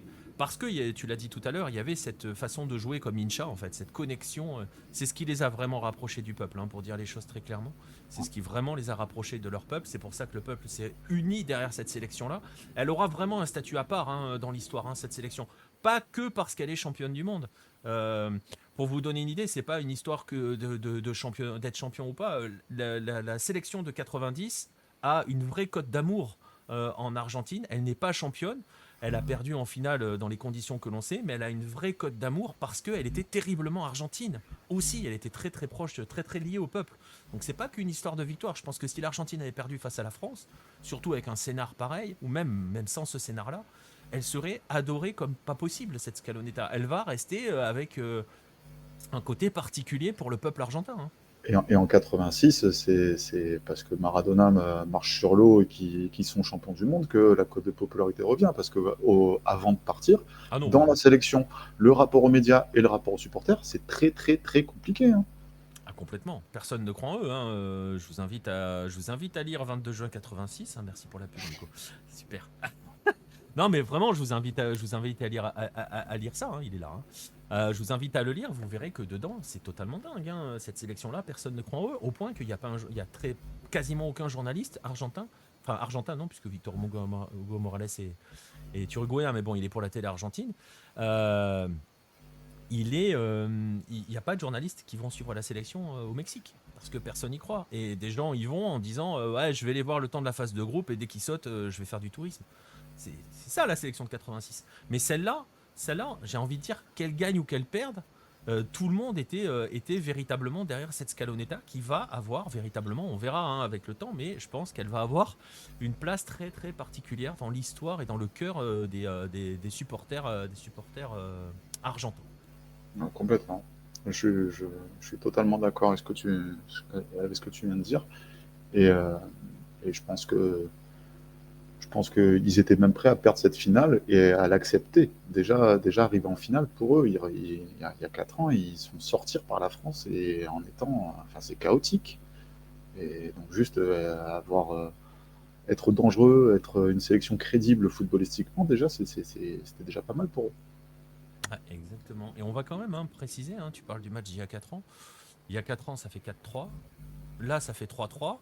Il commence à être sympa le Classico France-Argentine. Hein. Ouais, et puis suite aux incidents, on parle de rivalité naissante et ce genre de choses. Alors, les rivalités, moi, j'ai rien contre. Hein. C'est dans le foot, je pense qu'on se nourrit de ça un peu, Complet. moi, ça me pose aucun souci. Tant mieux s'il y a une rivalité. Tant qu'elle est saine sur le terrain, bah, ça me pose aucun problème. Ouais, tu fais bien de le préciser parce que je vois passer les messages dans le chat sur le match des Pays-Bas qui était bien plus engagé, les Pays-Bas machin. Là, pour le coup, on était sur un autre contexte avec deux sélections qui se détestaient cordialement. Euh, Historique. ouais. Et qui, pour le coup, se détestaient, mais vraiment du plus profond de leur être. Et ça s'est vu sur le terrain, ça s'est vu dans les comportements. Des choses qui n'ont pas forcément été beaucoup soulignées non plus d'ailleurs. Après la victoire de l'Argentine face à la France, c'est qu'il y a eu beaucoup d'Argentins qui sont venus parler avec les joueurs de l'équipe de France à la fin du match. Forcément, des coéquipiers de club, hein, forcément, ça n'a aucun intérêt que Lisandro Martinez aille faire la bise à Chouameni, hein, ils se connaissent pas. Donc voilà. Mais on les a vus venir consoler leurs coéquipiers de club. Ça ne s'est pas passé du tout comme ça face aux Pays-Bas parce qu'on l'a déjà expliqué, mais parce qu'il y avait un contexte avec deux sélections qui se détestaient cordialement. On va quand même, et c'est ça où c'est aussi, je sais pas, comme ça on va boucler là-dessus et on va aller après sur notre Andrelito. Euh, c'est peut-être aussi ce qui est un peu blessant, je ne sais pas ce que tu en penses Nico, sur la façon dont, certains Français réagissent et la presse monte en épingle une espèce de haine de l'Argentine ces derniers temps, c'est que c'est quand même deux pays qui ont passé leur histoire à se regarder l'un l'autre. Si vous allez à Buenos Aires, vous allez avoir par moments l'impression d'être en France dans certains quartiers. C'est un pays qui a beaucoup regardé la France. qui aiment beaucoup profondément la France. Donc c'est un peu terrible, je trouve, quand même, qu'on en arrive à commencer à se rentrer dessus parce que sur des trucs mal interprétés, ou pour certains, d'autres qui ne le sont pas mal interprétés, on l'a déjà dit. Mais c'est quand même un peu, je sais pas ce que t'en penses, un peu gênant quand même de voir que c'est deux pays qui normalement deux pays qui s'aiment, quoi. Alors, je ne sais pas si ils s'aiment. En fait, historiquement, oui. Enfin, balader dans Buenos Aires, il y a des quartiers, c'est Paris. Hein. Ah, C'est, complètement. enfin, c'est le petit Paris dans certains coins. Et, euh, et c'est très européen en plus comme ville. Donc, c'est, c'est- moi, ça me choque pas tant que ça qu'il y ait cette rivalité qui naisse. Après, le fait Bah, la rivalité, c'est pas gênant, c'est si elle s'alimente sur une haine qui ne doit pas Oui, exister c'est en ça. fait. Le problème, c'est que ça devient négatif et c'est attiser quelque chose. On veut régler des comptes et on est prêt à utiliser n'importe quel levier pour en découdre derrière. Alors, c'est très bête, d'après moi. Maintenant, bah, ça arrive, mais c'est un jeu malsain des médias parce que ça marche. Ils appuient sur un bouton et derrière, bah, ça fait de l'audience, ça fait du retweet, ça fait vendre du papier, ça fait vendre de l'espace publicitaire. Ça marche. C'est Donc, ça. on est tous coupables. Hein. Je suis français aussi, hein. Je suis idéaliste. Hein. J'ai- Oui, c'est ça. Après, bon, on va parler. Ouais, mais enfin, t'es quand même un peu plus Moi, je suis argentin que français. moi, bonhomme, hein. Moi, je suis français. Attention, hein. Je suis français, j'ai une carte d'identité, tout va bien. Mais, mais c'est un petit peu con, mais c'est notre faute. On demande ça. Les Français, j'en fais partie, ont, ont l'habitude d'avoir ce genre de réaction médiatique, ce genre enfin je sais pas, attiser la haine comme ça sur des choses qui sont futiles, quoi, sur 10 bouts. Tous les médias, tous les gros comptes Twitter, etc., que je vois passer parce que j'ai un téléphone, ils, ils- ils- Mbappé a construit un immeuble dans la tête de Dibou Martinez, etc. Mais Dibou Martinez, il a construit un immeuble dans la tête de chaque Français, là. C'est... Alors, Dibou Martinez, il a construit des immeubles dans la tête de tous les attaquants qui se présentaient face à lui aussi, hein. Ouais, non, mais bah, Mbappé un peu moins. Mais... Oui, c'est vrai. Sauf un. Sauf un. Non, mais c'est juste bête. C'est l'autre, il y en a un qui fait le mongol, enfin qui fait l'abruti, euh, alors qu'il devrait faire la fête. Et voilà, faut l'ignorer. C'est C'est un ça, c'est pas gamin qui fait grave. n'importe Pas grave. quoi. C'est ce qu'on Et, disait tout à l'heure. et il est, on a toujours dit, je sais plus, il y a un auteur célèbre argentin, je sais pas lequel, je sais plus lequel, donc je vais pas dire de bêtises en citant un faussement, mais on dit qu'en Argentine, quand on gagne, on préfère humilier son adversaire que fêter sa propre victoire. C'est un peu ça ce qui se passe là. En réalité, c'est ça, c'est leur façon de fêter. Ils savent faire que ça. Faut critiquer l'autre, faut C'est l'humilier ça. quand il y a Ouais, une c'est certaine ça. qui passe, on l'humilie, on veut l'enterrer. Je suis Et- plus content que toi tu perdes que moi je gagne. Ouais, C'est la carrément. base en Argentine. C'est C'est ça. la Hein. base. Mais voilà, mais c'est ce qu'on disait. Et comme dit Welcome Jules, d'ailleurs merci pour le follow. Ça se transforme en haine inventée. Oui, c'est ça. On est en train d'inventer une haine. Enfin, certains sont en train d'inventer une haine. Comme je disais tout à l'heure, j'espère que ça passera. Je l'ai vu, hein, l'histoire du maillot de Messi Narvalo sur lequel on entre dans un bar où on s'essuyait les pieds. Tu veux que je te dise franchement, le fond de ma pensée, je trouve ça drôle. Mais Voilà. voilà, Mais franchement, je passe devant le bar, je rentre et je me suis les pieds aussi dessus. C'est un maillot parisien en plus. en plus. Voilà. Pardon. Mais bon. Non, je plaisante. Mais Imagine, c'est- tu cumules, hein, si tu critiques les paris et que t'es un nazi d'Argentin, mec, moi je peux plus rien pour toi, hein. C'était ma dernière intervention. Salut Nico, ravi de t'avoir connu. Non, mais Les DM de Cancha Argentina ne sont pas ouverts, hein, je crois. si. Si, allez. C'est bientôt Noël, faites-vous plaisir. Non, mais c'est juste, c'est une réaction de supporters, d'ultra, de barras, d'inchas, de ce que vous voulez. C'est juste normal. Et comme tu dis, c'est bien trouvé de faire ça. C'est voilà, après, t'es pas d'accord, tu rentres pas dans le bar, tu t'essuies pas les pieds et point, c'est réglé. C'est ça. T'es pas obligé de tout consommer, de dire oui à tout, mais Ça Non, n'empêche c'est pas ça. que celui qui Après, a fait ça. Moi, ce qui m'embête, c'est surtout qu'il y a un mec qui a acheté un maillot du PSG pour finalement le mettre par terre, quoi. surtout quand tu connais le prix du maillot, hein. C'est ça Après, je suis d'accord avec toi, Narvalo. Je sais pas si c'est de la haine ou du chambrage, je sais pas. Là, tu vois, on est obligé d'interpréter, je sais pas. Mais c'est vrai que quand tu connais le prix du maillot, ça fait cher le paillasson quand même. Après, il y a peut-être un bar qui est. Je sais pas combien est le café ou la bière hein, dans ce bar. Peut-être qu'il faut rembourser le maillot Messi aussi, hein, donc, et les bars parisiens, généralement, c'est assez cher, hein. Donc voilà. Par rapport à la question de Thomas sur Messi en sélection, il a dit qu'il allait continuer quelques matchs. Il n'est pas clair hein, pour l'instant. Ouais. Vous affolez pas, il sera pas là en 2026, hein, ça c'est sûr. Euh, je pense qu'il sera loin de là. Enfin, je dis ça c'est sûr. Voilà. Ça me surprendrait quand même.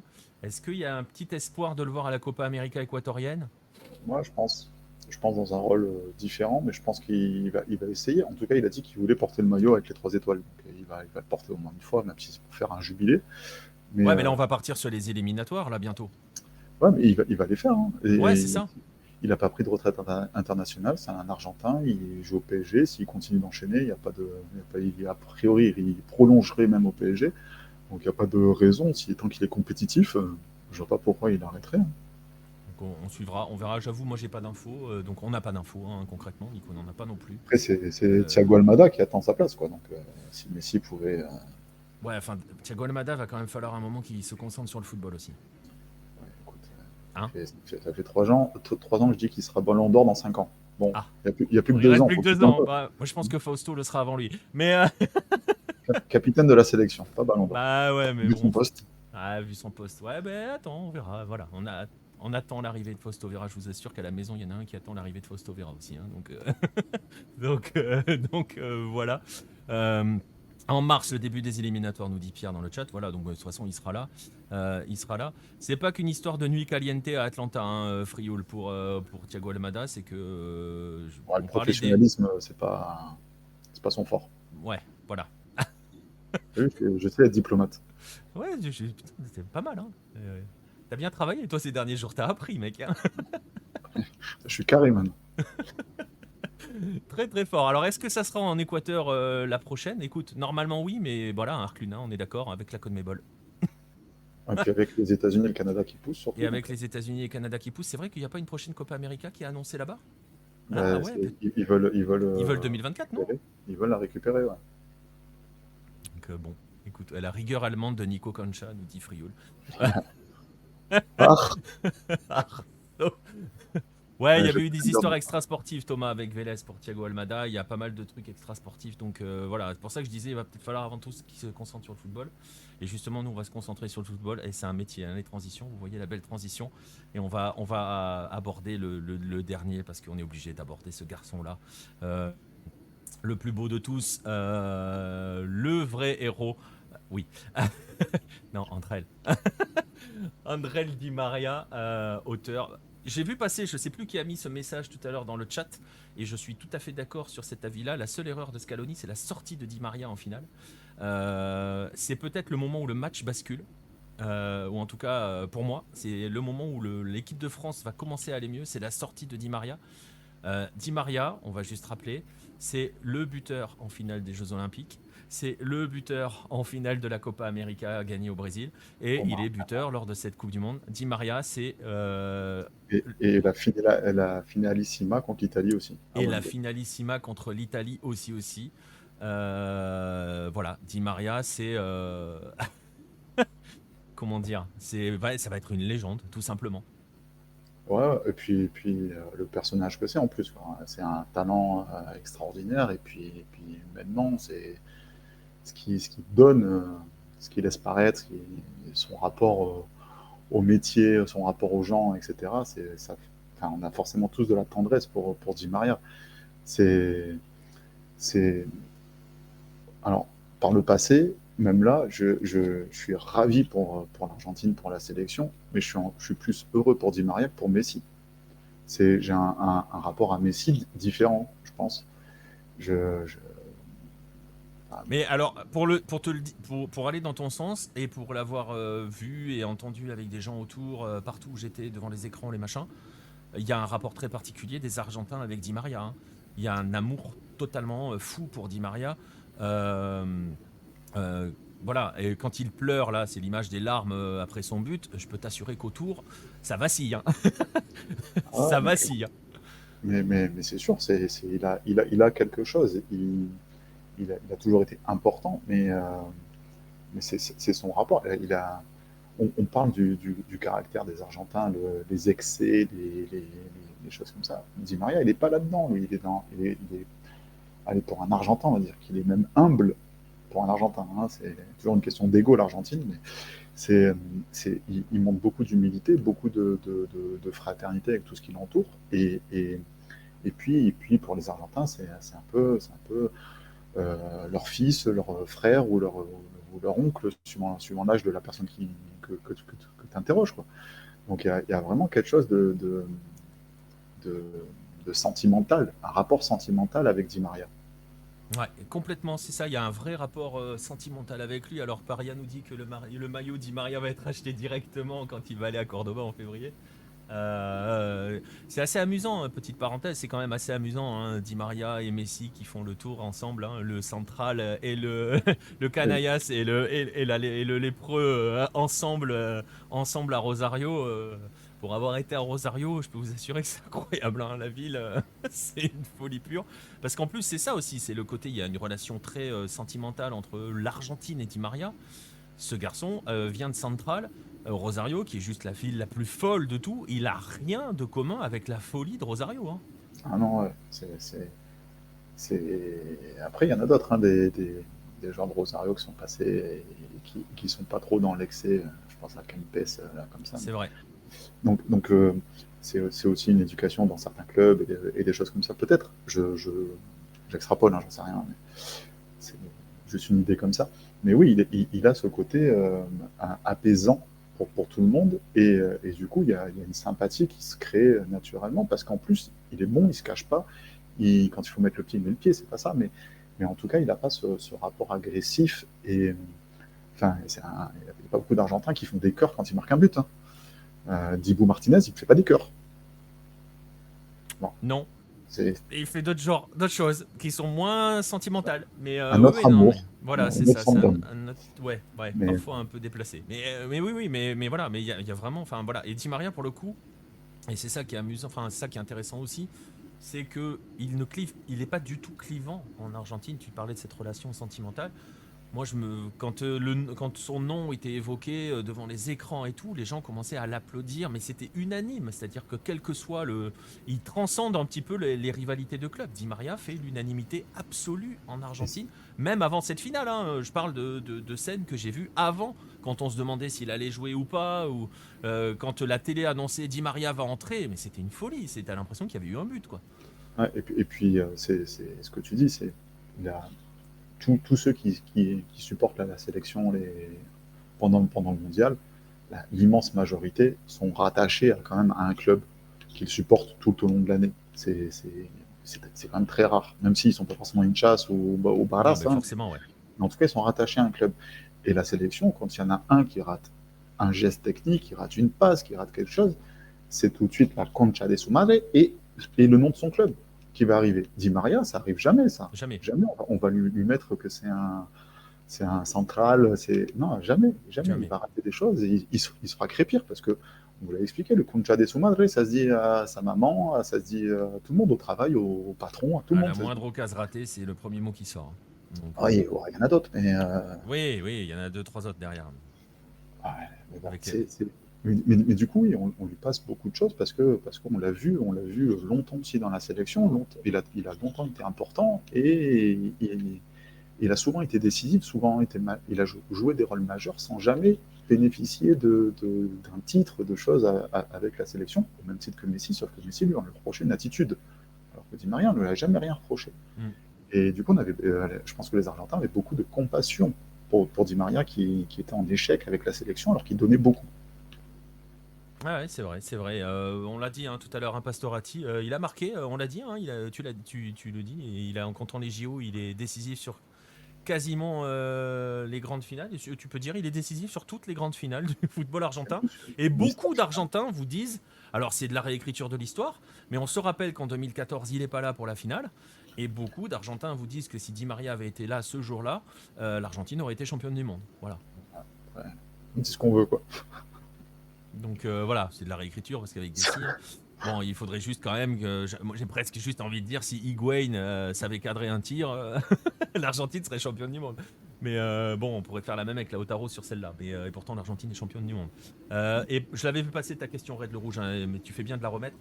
Est-ce qu'on a une chance de voir Di Maria dans le championnat argentin? Écoute, j'ai presque envie de te dire beaucoup plus que Messi. Quand Et même. même beaucoup plus qu'Agüero, hein, qui avait toujours annoncé qu'il reviendrait à Independiente. Hein. Maintenant, il préfère faire des live Twitch et dire des conneries dessus. Il est malade, le pauvre. Il peut plus. Il peut plus Ouais, jouer. c'est vrai, il peut plus. Ouais. Mais enfin, il avait quand même pas signé à Independiente hein, le jour où il a annoncé sa maladie, alors qu'il avait annoncé qu'il reviendrait à Independiente le jour où son contrat à City se terminerait. Bref, parenthèse fermée. Independiente, tu veux qu'ils payent avec quoi? Ils ont des cacahuètes, là. Mais oui, mais enfin, c'est lui qui a construit le centre de formation. Il n'a pas besoin d'être payé, Independiente, soi-disant. Mais bon, bref, en tout cas, Di Maria, lui, a toujours annoncé qu'il reviendrait à Central. Et je pense très concrètement qu'il reviendra à Central. Mm. T'as du mal à y croire? Ouais, j'y crois moyen. J'aimerais beaucoup, hein, mais j'y crois moyen. Ça me paraît pas possible. Dans l'Argentine d'aujourd'hui, des joueurs de ce calibre. Alors, Messi, même pour rentrer chez lui, il a du mal. Donc, faire une saison avec un club argentin, impossible, surtout s'il se trouve à Rosario. Et Di Maria, ça va être pas possible, je pense. Hein. On est au-dessus d'un Tevez, hein. Donc c'est en termes de. Et on est à Rosario. Et on a Rosario, mais en termes de rayonnement, tout ça. Donc je pense que c'est intenable, ingérable, même si il va gratuitement, ça me paraît pas possible, malheureusement. Après, j'espère me tromper parce que je serais ravi, hein, mais j'y Moi, crois je le pas. vois bien. Franchement, je le vois bien. Je le vois bien. Je le vois bien revenir. Franchement, je le vois bien. Il a 34 ans, Di Maria. Je viens d'aller vérifier son âge parce que je m'en rappelais plus. Putain, il est déjà si vieux. Incroyable. Enfin, si vieux façon de parler. Donc, à voir où il va aller après. Mais moi, je le vois bien revenir à Central à 36-37 ans, faire une petite année tranquille comme ça, tu vois, et boucler le truc, Ouais, quoi. je, je lui souhaite de tout cœur, hein, je serais ravi, mais bon, on verra. Je suis pas convaincu, je le sens. Allez, on va voir si on va voir lequel de nous deux déclenche un effet Halo. Là, on est peinard hein, parce qu'on a dit l'inverse l'un de l'autre. Donc, tranquille. Euh, euh, ouais, non, mais d'accord, hein, Pastorati sur le côté économique, mais je pense que si Di Maria devait revenir à Central, ça serait pas une affaire économique. Hein. Non, Là, pour le coup, l'économie n'entre plus en compte. Hein. On a vu Maxi Rodriguez revenir à Newell's, c'était plus économique. Hein. non, non. C'est- Ouais, puis il a fait du bon taf en plus en revenant, quoi, pour un club qui était Exactement, ouais, ouais. Et, qui est en grande difficulté. il est pas revenu à Newell's pour dire tiens, je vais prendre une dernière pige. Hein. Non, non, il est revenu à Newell's parce que voilà, c'est une relation très particulière entre les joueurs d'un club, les icônes d'un club. À Rosario, en Argentine de manière générale, mais à Rosario en particulier. Et c'est Euh, et c'est surtout qu'ils ont une vraie passion, un véritable amour pour un club qui leur a donné une éducation. Quand je parle d'éducation, oui, c'est que c'est pour aller à l'école, pour aller ce genre de choses, quoi. C'est au quotidien. Ils ont grandi avec ça. Di Maria, il a vraiment joué à Central. C'est pas Messi. c'est pas Messi à Newell's. C'est pas le même rapport. Ouais. Donc Même si tu vois, même Messi, son rêve, il l'a dit, hein, moi, pour avoir traduit quelques interviews de Messi pour le taf, il y a une interview qui doit dater de 2017 ou 2018 qui est très très intéressante, où il explique que lui, il n'a qu'une envie, c'est revenir à Newell's, mais en gros, il peut pas pour ses enfants et sa femme, quoi. Ils peuvent pas les emmener là-bas. Mais lui, il aimerait. Alors, tu vas me dire, oui, c'est peut-être de la diplomatie, machin, mais il n'est pas obligé de le dire. non, non, Euh, je pense qu'au fond de lui, il aimerait, mais enfin, il sait que c'est pas possible, quoi. voilà, c'est ça. Il faut se rendre à l'évidence. Alors son contrat se termine en juin avec la Juve et pour Di Maria, on verra bien, ouais, exactement, on verra bien. Il a 34 ans, on va Ouais, bien voir ce que ça peut donner. plus les pépins physiques, plus les trucs, C'est on ça. sait pas trop. Hein. Parce que l'avantage aussi de revenir à Central, alors l'extra sportif, il pourra pas être calme, mais c'est qu'il s'offre aussi une fin de carrière tranquille sur le terrain. C'est-à-dire il pourra gérer comme il veut, pas toute proportion gardée, parce que le parallèle n'est pas forcément. Quoique, il peut faire une soirée à nationale. Hein. C'est-à-dire que s'il Il veut jouer. choisit ses matchs. Il peut, voilà, s'il veut jouer un match par mois, on lui dira rien. Hein. Donc voilà. Et quant à la question de Nostromo, la dernière question d'ailleurs qu'on va prendre sur Di Maria, est-ce qu'il pourrait devenir un jour un entraîneur de centrale? Je sais même pas s'il a envie de devenir entraîneur un jour. Je sais pas s'il a l'âme d'un. Je connais pas le joueur, je connais pas l'homme, donc aucune idée, aucune Euh, question, aucune idée. Même enfin, on connaît l'homme, on connaît pas ses talents, surtout de tacticien. Ouais. J'ai jamais. Bon, après, on a vu des mecs devenir entraîneur en Argentine, leur talent de tacticien, on les cherche encore, hein. Qui tu penses? Je, hop, je m'arrête là. je, donne, je donne pas de nom. Aucun nom. Hop, hop, hop, hop, hop. Attention, pas de danger. Ouais, Paredes devrait faire la même avec Boca. Paredes aussi a dit qu'il reviendrait à Boca. On va voir. Je pense que c'est bien plus logique. Possible en tout cas, quoi. Ouais, ouais. Voilà. Mais bon, voilà. Ça va clore le chapitre Angelito. Obligé, on était obligé de parler d'Angel Di Maria. Parce qu'il a été, encore une fois, l'homme clé. Hein, non, je pensais pas à Skeloto. Ouais, et en plus, On ne le critique pas. et alors en plus, Thomas, pour dire les choses très clairement, et j'en ai parlé avec Vincent, que vous avez avec nous dans les lives assez fréquemment et qui était sur les émissions précédentes, très très honnêtement, le dernier Boca qui était vraiment une belle équipe à avoir joué, c'était celui de Schelotto, hein, celui qui perd le 9 décembre, c'était un très très beau Boca, donc voilà. Bref, donc c'était pas à lui que je pensais, mais il y en a plein d'autres, il y en a tellement que... Bon. Voilà. Ouais. Voilà, bref. Bon, on va en rester là, là-dessus. Voilà, on va rester là sur Di Maria, sur ce titre argentin, sur cette folie qui a embrasé, voilà, ces images incroyables de l'obélisque et de la Nueve de Julio, totalement bondée. Je sais pas, je pense que ça s'est vidé un peu quand même depuis là, hein. Je pense qu'ils ont Hein. dû aller se coucher. Ouais. Donc voilà, on a été quand même assez surpris en Argentine que le lundi ne soit pas férié. C'est le mardi qu'il a été. Il y a eu une relation, on va peut-être conclure là-dessus. Il y a eu une Politique, relation très particulière avec le gouvernement quand même, hein. Ne pas aller à ouais. la Casa Rosada, le jour férié qui tombe pas le lendemain mais le surlendemain parce que finalement, bah, de toute façon, personne n'était au taf, hein, en même temps. J'ai envie de te dire, voilà. Mais c'est vrai, hein, ils ont eu une relation très particulière quand même, hein. Ouais, il y a un conflit avec Fernandez et même pour la Copa América, ils n'avaient rien fait avec le président. Donc ouais, il y a un conflit particulier. Après là, le mardi, vu le monde dans les rues, Bah, tu pouvais le dire férié parce que de toute façon. ouais, et puis valait mieux que les transports soient fermés, qu'il n'y ait pas de, enfin, sinon il y a des morts, quoi. Enfin des morts encore plus a priori, hein, parce qu'il doit y en avoir quelque part quand même. Mais euh, mais du coup oui, c'est juste du bon sens de mettre un jour férié. Après, il aurait pu mettre 2 jours fériés et ne pas travailler non plus le lundi. Alors, Je pense qu'ils ne sont pas tous allés travailler lundi non plus. non, je pense que pas grand monde travaillait lundi. Et en plus, tu dis, ils auraient pu mettre 2 jours fériés. Pour vous donner une idée, c'était avant le quart de finale, je crois. Il y avait 2 jours fériés. Il y a un jeudi et un vendredi férié consécutifs. C'était absolument magnifique. Euh, je sais plus si c'était, je sais pas si c'était pas plutôt avant la finale d'ailleurs. Tiens, le jeudi et le vendredi, je crois qu'ils étaient fériés en Argentine. Parce que voilà, au bout d'un moment, on les compte plus les jours fériés en Argentine, hein. On l'apprend. Ah, c'est férié. Bon, bah écoute, très bien. Donc voilà, ils ont pas forcément. On a discuté avec un chauffeur qui nous disait qu'ils n'avaient pas beaucoup de jours de vacances, hein. Ils en avaient que 28, mais Très bon, ils peu, ont des jours fériés tout le temps. Donc très peu de vacances. 28. Au bout de quelques années de travail, tu arrives à 28 jours de vacances. Et c'est comme ça jusqu'à la fin de ta vie de travailleur. Tu as 28 jours dans l'année. Mais je vous dis, hein, on avait 2 jours fériés consécutifs. Donc il y a des jours fériés tout le temps et tu le découvres au bout d'un moment. On sait déjà même plus pourquoi ils sont fériés, hein, d'ailleurs, hein. Et personne se pose la question. Donc, Ouais. Il y en a trop. Ouais, j'aimerais bien aussi qu'on dise juste un mot, mais sur Otamendi, allez. alors, je crois que la finale, c'est son 100e match avec la sélection. Et je pense sur ces 100 matchs, il y en a 80 où on transpire dès qu'il a un ballon à jouer. Donc, et pour le coup, lui, il a vraiment su se mettre au niveau parce enfin, honnêtement, il m'a surpris. Je m'attendais à avoir des frayeurs avec Otamendi sur le terrain titulaire, alors que ça fait des années qu'on essaie de le mettre dehors. Surtout quand en plus Cuti Romero était moins bien physiquement au début de la compète, puisque Ah ouais. voilà, il sort assez vite. Et c'est vrai que là, bon, il a un peu souffert effectivement face à Kolo Muani, mais dans Mais c'est l'ensemble, tout. Otamendi a fait une grosse Coupe du Monde, hein. Il a été monstrueux toute la Coupe du Monde et sur la finale, il se fait manger par Colomani. Enfin, C'est son seul point négatif. Mais, mais, mais sinon, il a été rassurant. Ça a été un vrai leader aussi défensif derrière. Parce qu'il y avait des gamins autour de lui un peu quand même. Couty, il n'a pas une énorme expérience internationale.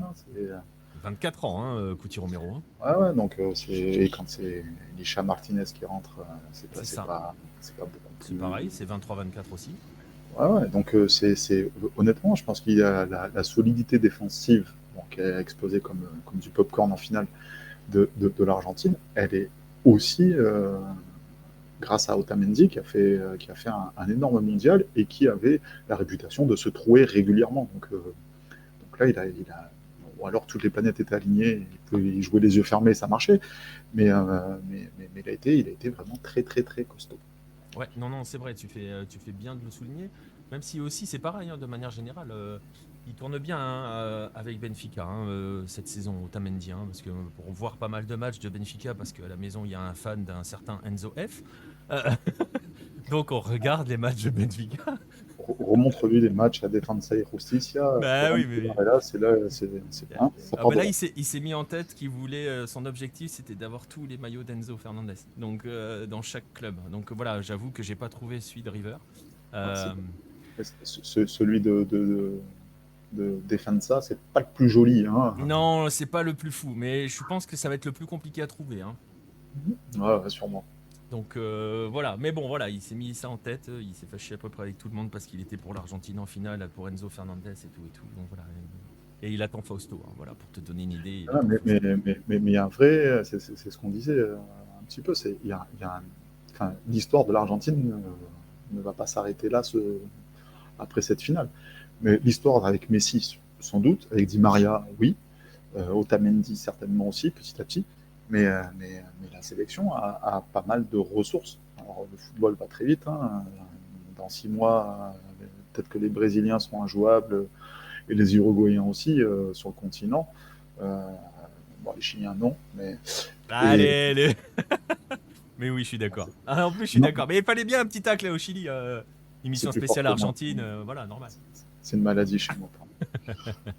Et, euh, et donc non, non, l'avenir est quand même intéressant. En tout cas, il y aura une vraie curiosité pour voir l'après Coupe du Monde, l'après Messi s'il décide de raccrocher, l'après Scaloni s'il y a quelque chose. Bêtement, mais je schématise en imaginant Messi qui arrête, Scaloni qui raccroche parce qu'il n'en peut plus, il est en burn-out, et Gallardo qui est derrière et qui doit reconstruire quelque chose avec des Enzo Fernandez, avec des Almada, avec des Fausto Vera, avec des Alexis McAllister, c'est Avec Roulian, avec. un Ouais, ouais. Crowley, il y a de quoi faire, quoi. Il y a de quoi s'amuser. Et puis c'est des profils de joueurs qui lui correspondent à Gallardo. Donc ça peut être quelque chose de sympa. Ouais, ouais, ouais, non, non, complètement. Ça sera un des enjeux qu'il faudra suivre dans les mois prochains. Almada a-t-il un avenir? On nous demande P6, premier message dans le chat. Et merci pour le follow. Bah, on Évidemment. l'a dit tout à l'heure, ça va dépendre s'il arrive à arrêter les conneries extrasportives et à se remettre un petit peu dans le sens dans le football. En termes de potentiel, oui, mais le potentiel ne fait pas le joueur. Donc voilà, on verra. Puis les choix de club, de carrière, tout Il ça, y aura exactement, il y ça aura tous change les tout. choix, complètement, complètement. Donc oui, ça sera un des vrais enjeux, et d'ailleurs c'est peut-être en cela que ça va être intéressant de suivre les derniers matchs, entre guillemets, de Messi, de voir si une transition commence à s'opérer, comment c'est géré. Euh, cette génération-là, enfin on peut même pas parler de génération Messi, parce que, on l'a dit, il y a plein de gamins dans cette sélection qui est championne du monde. Je veux dire, on parle d'Alexis McAllister, de Couty, de Lisandro Martinez, d'Enzo, de Rolian, c'est des De gamins. Molina, de Molina, Montiel, ouais. Donc c'est des gosses. Enfin oui, ils ont l'âge d'Mbappé, donc pour les plus âgés d'entre eux. Donc voilà, parce que voilà. Mais tout va être dans la construction dans comment on va gérer ce titre de champion du monde. Est-ce qu'on est arrivé au bout de quelque chose? Est-ce qu'on va reconstruire? C'est toujours très compliqué de se projeter en disant, c'est pareil, j'ai vu beaucoup de messages par rapport à l'équipe de France, ouais, mais avec le potentiel qu'on a en 2026, on va tout fracasser. On n'en sait rien. Personne ne pouvait prévoir que 2022, la France allait arriver avec 8 blessés à la Coupe du Monde. Personne ne Et pouvait prévoir Verretou et qu'en... Guendouzi, Et quoi. c'est exactement ce que j'allais dire. Personne pouvait Ouais, prévoir qu'en 2022, on aurait Guendouzi et Verretou dans franchement. l'équipe, quoi. Et c'est mieux pour tout le monde que l'Argentine gagne, hein, franchement. Donc, donc merci l'Argentine. Donc voilà, on verra. Il y a du matériel. De toute façon, il y a toujours eu du matériel. Je veux dire, là, l'Argentine, on l'a dit tout à l'heure, cette Argentine-là a perdu 7 finales avant la Copa América 2021. Regardez les sélections qui ont perdu des finales. Vous allez voir, hein, c'est hallucinant. On se dit, mais voilà. Donc, on verra, on verra. Pour répondre, voilà, hein, tu as les réponses dans le chat, Atomique du 64, mais oui, il y a rediff sur YouTube, c'est dès la fin de l'émission, on l'envoie sur YouTube, ça sera publié demain. Et sur toutes les plateformes de podcast, si vous voulez juste l'écouter. Donc voilà. Oui, mais dire que Paredes est champion du monde, ça la fout mal, on l'a pas dit, hein. Et moi, Paredes, j'aimais beaucoup le joueur à Boca. J'aime un peu moins le joueur ce qu'il est devenu en Europe. Parce que c'était un joueur absolument magnifique. À C'est un l'époque où il 10. est arrivé, c'était un Le, 10. C'était le un nouveau 10. Riquelme, hein. Ouais, c'est ça. Adoubé par Riquelme himself. Euh, et ben voilà. C'est plus le cas. Bon. C'est dommage. Lui aussi, par moment, t'as l'impression qu'il y a des fils qui se touchent. Mais la bise aux Néerlandais. Et J'aurais frappé pareil. oh ouais, mais voilà, mais voilà. Vous avez vu qui était le Paredes de la rédaction de Lucarne Opposé, ancien 10 devenu boucher charcutier du milieu de terrain. L'Assado, c'est Voilà. sacré. C'est ça, l'Assado, c'est sacré. Donc voilà, bah écoutez, voilà, on a fait à peu près le tour, hein. On devait faire 1h30, 1 heure, et on a fait plus d'1h30, presque 2.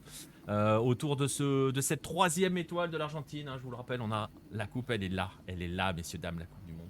On l'a ramenée, ouais, je l'ai volée à Léo. Il la cherche encore. On a fait le tour. Une petite conclusion, Nico, t'as quelque chose à rajouter ou c'est bon? Ouais, non, on a plutôt bien fait le tour. Après, on va pas rentrer dans des choses trop détaillées non plus. On aura le temps pour ça dans les jours qui viennent. Mais non, ouais, forcément, une belle fête qui se termine et la Ligue 1 qui reprend. J'espère que vous avez hâte, pas moi. Mais Je reviens de Rennes-Brest en match amical au Roazhon Park, mec. Donc, ah, il y a 2 jours, j'étais dans les 35 degrés de Buenos Aires, la folie humaine et tout, et je suis fait aller faire un match amical tu sais, Rennes-Brest. tu sais que tu Voilà. n'es pas obligé de t'imposer ça. Mais si, parce que c'est du Tu pas foot. coupable. Mec, c'est du foot. Et c'est plus fort que moi. Voilà, c'est tout. C'est comme ça. On n'y peut rien. C'est comme ça. On n'y peut rien. Donc voilà, Voilà. la Ligue 1 revient, il y a plein d'Argentins. En espérant qu'il y en ait d'autres qui arrivent. Voilà. Mm. J'ai entendu. Il y a des rumeurs Enzo Fernandez à Paris, ça me ferait chier, mais rien qu'avoir l'idée d'Enzo Fernandez en, en France, ça. Voilà. Je Ouais, prends. non, Voilà. non, non. Moi, je le prends pas en France. Je ne souhaite pas. On va te régaler, mon petit, mais loin. Donc, l'Argentine reprend le 27, Arclune. L'Argentine reprend le 27. Bonne question. Ils sont en prépa, là. Là, ouais, non. Je pense que c'est un peu tôt. Là, il y a les matchs Ouais, c'est amicaux un peu tôt. qui Là, tu vas démarrent. avoir les tournois d'été. Tu vas avoir, il doit y avoir la super coupe absolument passionnante entre Boca et Patronato organisée à Doha ou je sais plus où, Ouais. Dubaï ou Doha, je sais plus lequel des deux. Ils doivent kiffer les mecs de se récupérer Patronato. Bon, bref. Bon courage à vous tous, à ceux qui iront voir ce match-là. Ça aurait pu 27 être- janvier, voilà, c'est ça. 27 janvier, ça me Ah, semble plus probable. Ouais, et puis il y a la Libertadores, les tirages ont été faits pour les premières phases. La Libertadores qui va arriver, ça va reprendre très vite. une Tournoi phase de d'été groupe. en Argentine et puis en Amérique du Sud, ça reprend un petit peu partout aussi. Je crois que le Mexique est le premier championnat à reprendre en Amérique latine. Euh, donc voilà, à suivre. De toute façon, vous suivrez ça avec nous sur les réseaux. On fera des lives et tout, comme d'habitude.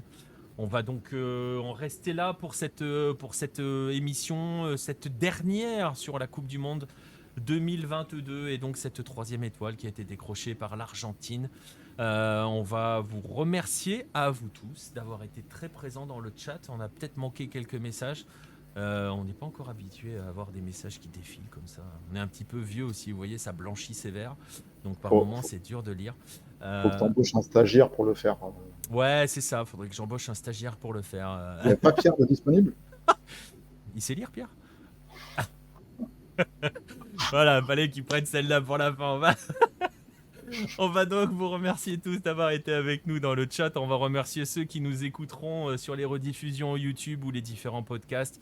N'hésitez pas à nous suivre sur ces différentes plateformes, à nous suivre sur les différents réseaux sociaux. Vous les avez vus passer au-dessus de ma tête là toute la soirée. À nous rejoindre sur le Discord. On va vous souhaiter de passer de bonnes fêtes. Je vais te remercier aussi, Nico, d'avoir été avec moi ce soir. Merci à toi. Un plaisir. Placez C'est un plaisir. Et bonne fête à tous aussi. Profitez bien de cette fin d'année et pensez à bien regarder votre étoile jaune briller en haut de votre sapin. Voilà, la troisième, elle est la plus importante. N'oubliez pas le tatouage. C'est Montiel qui a fait un tatouage de troisième étoile qui est de 3 étoiles avec une plus forte que l'autre. Voilà, bref, passez tous de bonnes fêtes, profitez bien des vôtres. Continuez quand même à regarder un peu de foot pendant les fêtes parce que c'est pas mal aussi finalement, quel qu'il soit. Et on se retrouvera donc très très vite, que ça soit sur Twitch, que ça soit sur YouTube, ou que ça soit sur les différentes plateformes de Lucarne Opposée. Passez donc de bonnes fêtes et à bientôt tout le monde.